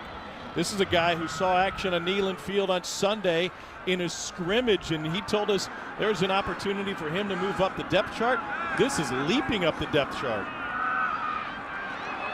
Yeah, 49 plays in that scrimmage, and those aren't out of the ordinary. You know, once you get into a season, there's a lot less opportunities for younger guys to get plays. So if you're not playing significant time in the game, these coaches want to see what you can do, and they were very impressed with Harrison Bailey. But I was mentioning the little things. When you can't do the little things with an experienced quarterback, maybe that is when you start to give someone else an opportunity, because those are things that should get done. On 2nd and 1, Chandler. So here's the story with Harrison Bailey. Jeremy Pruitt was telling us that he got 10 snaps in camp. And at the beginning of the camp, well, first of all, he missed some time because he was out 4 days to the contact tracing. Then he got some snaps and he looked terrible. And Jeremy Pruitt said, I can't waste my time on a 4th-string quarterback. I only have time for 2 guys to get ready. So Harrison Bailey just basically disappeared. And then Sunday, they came out and had a Sunday night scrimmage with a bunch of the young guys who hadn't been playing, and Jeremy Pruitt's eyes were open. He said, I found some dudes who could play. Bailey took every snap in that scrimmage, and now here he is seeing his first game action. Didn't he say, I found 26 guys that could play? 26. Is that? Yeah, I mean, it was amazing that Coach came out and said that. I mean, you think, I got a handful of guys that think could help us out. I think he thinks a lot of these guys can help him out. And Harrison Bailey is a talented young kid. And like I mentioned, when your experienced fifth-year quarterback can't do the little things, can't communicate, can't make the decisions you expect him to, sometimes the best answer is put a young kid in there that doesn't have the baggage of the mistakes looming over his head in every decision, and simplify the offense. Be more simple so everybody around you can be better, and see if he can do anything. So this is just a glimmer. His reputation, his future here is not going to live or die by what happens in this fourth quarter, but just him being in the game shows how much faith this coaching staff has and who he can be down the road. Out of Marietta High School.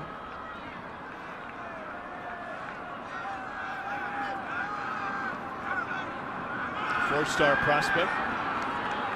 Lets it go down the sideline. Leaping cut for the flag to boot.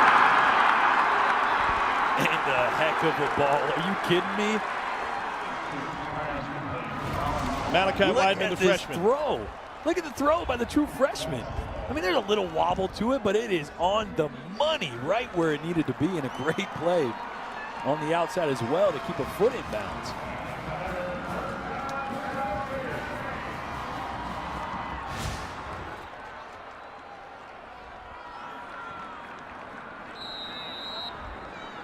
Boy, oh boy. What a quarterback discussion they'll be having on Basilio's show tonight. Jabari Small with the carry. Freshman getting involved now. It's amazing that a throw like that, right, can seemingly, like you just said it, it's amazing that that throw was going to create so much conversation this week, right? One throw. Why?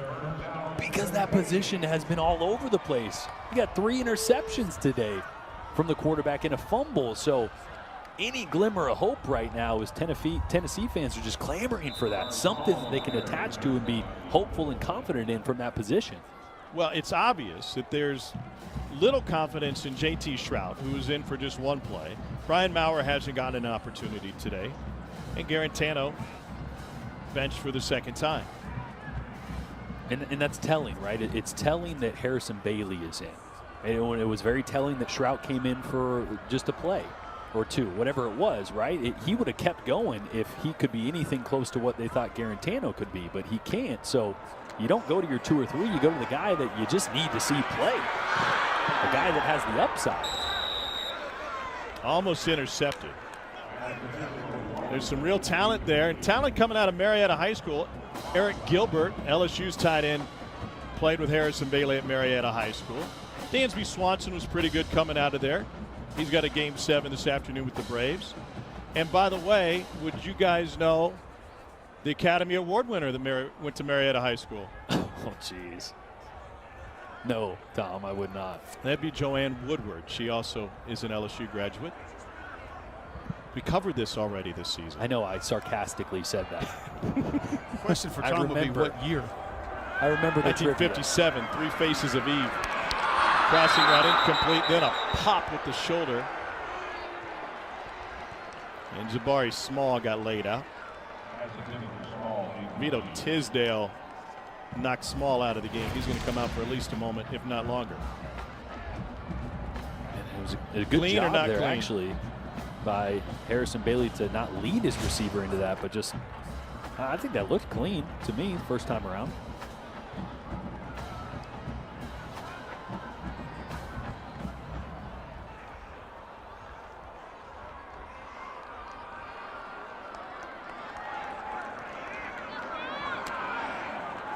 On 4th down, Bailey looking end zone. Incomplete. So Harrison Bailey, the 3rd different quarterback to take a snap for Tennessee. In this one, they have yet to solve Kentucky's defense. Joey Gatewood reminds me of the ghost of Meshack Road. More people have heard about him in action than seen him. Came in for just a brief moment last week. The number 3 ranked dual threat quarterback in 2018 started his career at Auburn, left the Auburn program about midway through last season and transferred to Kentucky over the winter. Granted immediate eligibility on September 30th. And I think the thing to remember, Jordan, or to inform people of it, this isn't just a package quarterback in terms of part of the play sheet. Joey Gatewood has been taking reps as the number 2 quarterback with the entire offense at his disposal. Yeah, I mean, first 2 weeks, Eddie Gran, would tell us he has a package on the back of his play sheet for Joey Gatewood. That's kind of what he was good at and only good at. But now the last couple weeks, this entire offense is at his disposal.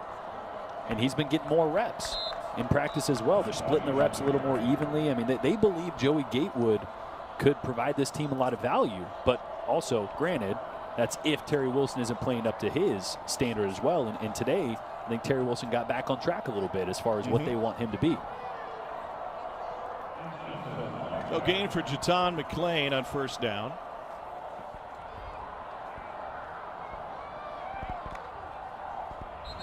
Movement by Tennessee. When an extra shove by Austin Dotson. Says don't come across that line. Interesting personalities on this Kentucky offensive line. We talked with Darian Kennard this week. Offside, contact by number 50 defense. 5-yard penalty, still second down. Kennard is a Knoxville native, the right tackle for him. And this big blue wall has done a tremendous job for Kentucky in this game. They were sensational against Ole Miss a couple weeks ago.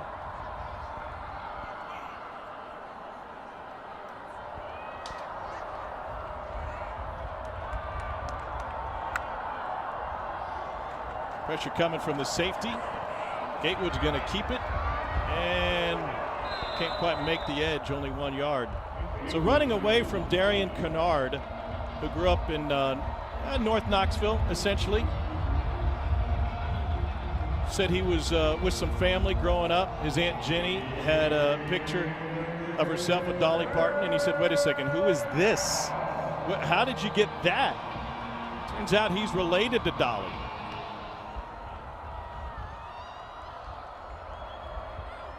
Aunt Jenny made an early impression on Darian. He and his mom spent time in Cleveland when he was at St. Ignatius, football powerhouse. To the slant, Gatewood completes his first pass as a Wildcat for a 5-yard gain and a first down. And Darian Kennard was one of those offensive linemen that had to find ways to stay in shape during lockdown over the course of the summer. Drake Jackson built a weight rack with his dad. Kennard just went old school. Said, I'll just lift. Cole, this looks like a photo shoot. Like it looks like it's staged. We see this in the pages of GQ or something. That lighting is perfect. Kind of tried to give him a hard time about the lighting and asked him if modeling was in his future. You know, most guys would just laugh that off. And I thought it was interesting how serious Kennard was. Like, well, you know, if it comes my way, maybe we'll see. Kind of what's ahead, you know, if somebody else wants me to try to do that. But yeah, that's I mean, he told me later, he said, if Cole Kublik can be on TV, I could be a model. That is absolutely true. That is 100% accurate. But you go out there and you're throwing logs around, you're not, it's not supposed to look that perfect. You're not supposed to be photogenic when your mom asks you to move the lumber in the backyard and you're tossing tree trunks around. You know that from experience? I don't mess with tree trunks, man.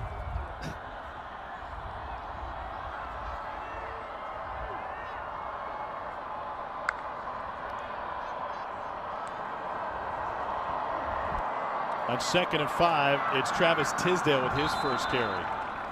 Here you go, Tom. You want to know why outside of maybe Alex Leatherwood at Alabama, Darian Kennard, best tackle in the SEC, just watch 70 on this one. Just put your shoulder into him and roll him up. That's a Peter roll. There's no spray bottle needed there to wet down his arms to make it look like he's sweating. That's some grown man sweat right there from some grown man work he's putting in on that Tennessee defensive line. He's played great football this year. I think Alex Leatherwood has maybe just barely nudged him out with how he's played, especially against Ole Miss last week.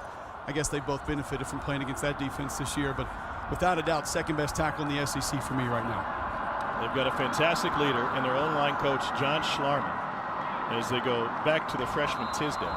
Schlarman played at Kentucky in the late 90s. And he's rebuilt this offensive line. You know, from 93 to 13, Kentucky didn't have a single offensive lineman drafted. But they've turned that around in recent years. Kyle Tucker, writing for The Athletic, had an incredible piece that came out this week. It was very emotional talking about Schlarman's battle with cancer. He's 45 years old. The battle has cost him 60 pounds. He's continued to work day in and day out. And Drake Jackson said, how can we complain about bumps and bruises when the chemotherapy is leaving our offensive line coach with so many blisters on his feet he can barely stand up. Gatewood scrambles for a first down. He got the game ball 2 years ago when Kentucky won in Gainesville, the first win against Florida since 1986. That win came 40 days after his cancer diagnosis. It came against a program that Schlarman was 0-4 against as a player, with a cumulative score of 235-42 in Kentucky's losses.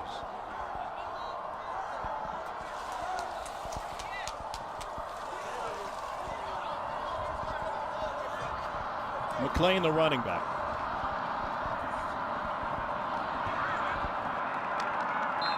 There's a great story in that Tucker piece, Cole. I know you'll appreciate this. When Schlarman was playing offensive line for Kentucky, their line calls involved a curse word.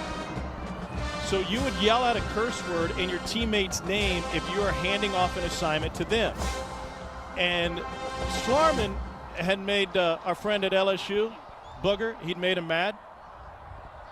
And he was right above him. And so Schlarman called out the curse word, passed him on to his teammate, and got away with being swamped by him.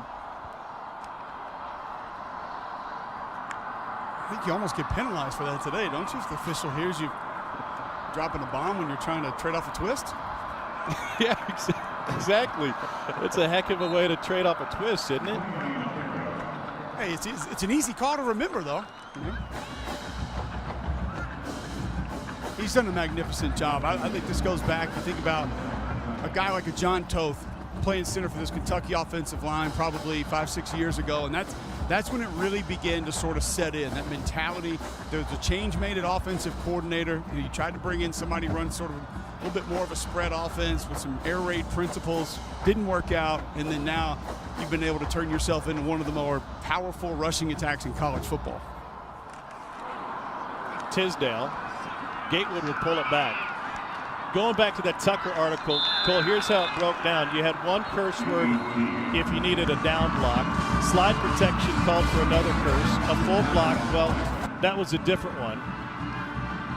And with Booger snarling in his face, they called out, they moved the protection, and his teammate got the worst of it from Booger McFarland. That was in '97. Here's the thing about Boog, whether that was your call or not, he made a lot of collegiate offensive linemen cuss.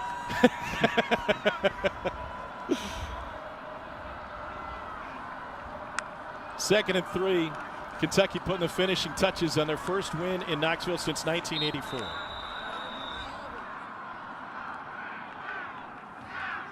All right, how do the Tennessee fans react to this one? I think there's a lot of disappointment and questions about what the future looks like, right? How can you not have that when your fifth-year quarterback and your offense performs like they did today? Kentucky's defense is really good, but there was a lot of self-inflicted wounds by Tennessee that they need to get fixed in a hurry. It is a rivalry in Mark Stoops' eyes. Asked him this week, is some that's overblown outside of the building, or does this matter more than other games? And despite what he said to Cole pregame, when we asked him, is this a bigger game than others? He said, it is to me. And they treated it like such today. This will be the largest margin of victory by Kentucky over Tennessee since 1935.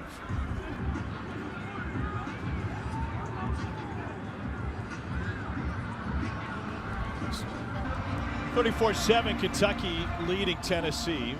Fantastic game by this Kentucky defense. Over the last 2 games, Kentucky could have won them with their defense alone. Kentucky defense in the last 2 games was on the field for 26 possessions. They have 10 takeaways, 21 points scored, and only 7 allowed. Is that good? That's pretty good. They held Mike Leach without an offensive score for the first time in his head coaching career last week, and they do it almost the same way today. 3 first-half interceptions, 2 pick sixes, and 4 takeaways in the first half.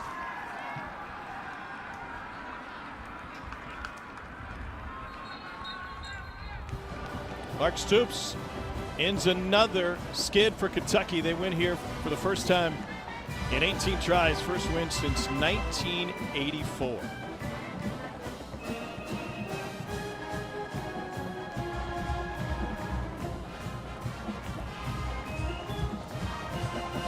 Let's take a look at the smoothest play, brought to you by Velveeta. Game changers in the first half, a pair of pick sixes for the Kentucky D.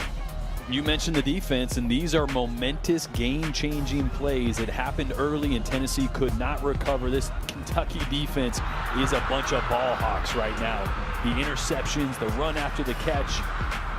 They're one of the better defenses in the entire SEC right now, and they're going to have a big test coming up, but played well today. Tennessee's got to find a way to get on track. They've got issues. Kentucky's got a shutdown defense. 34-7 is their final score.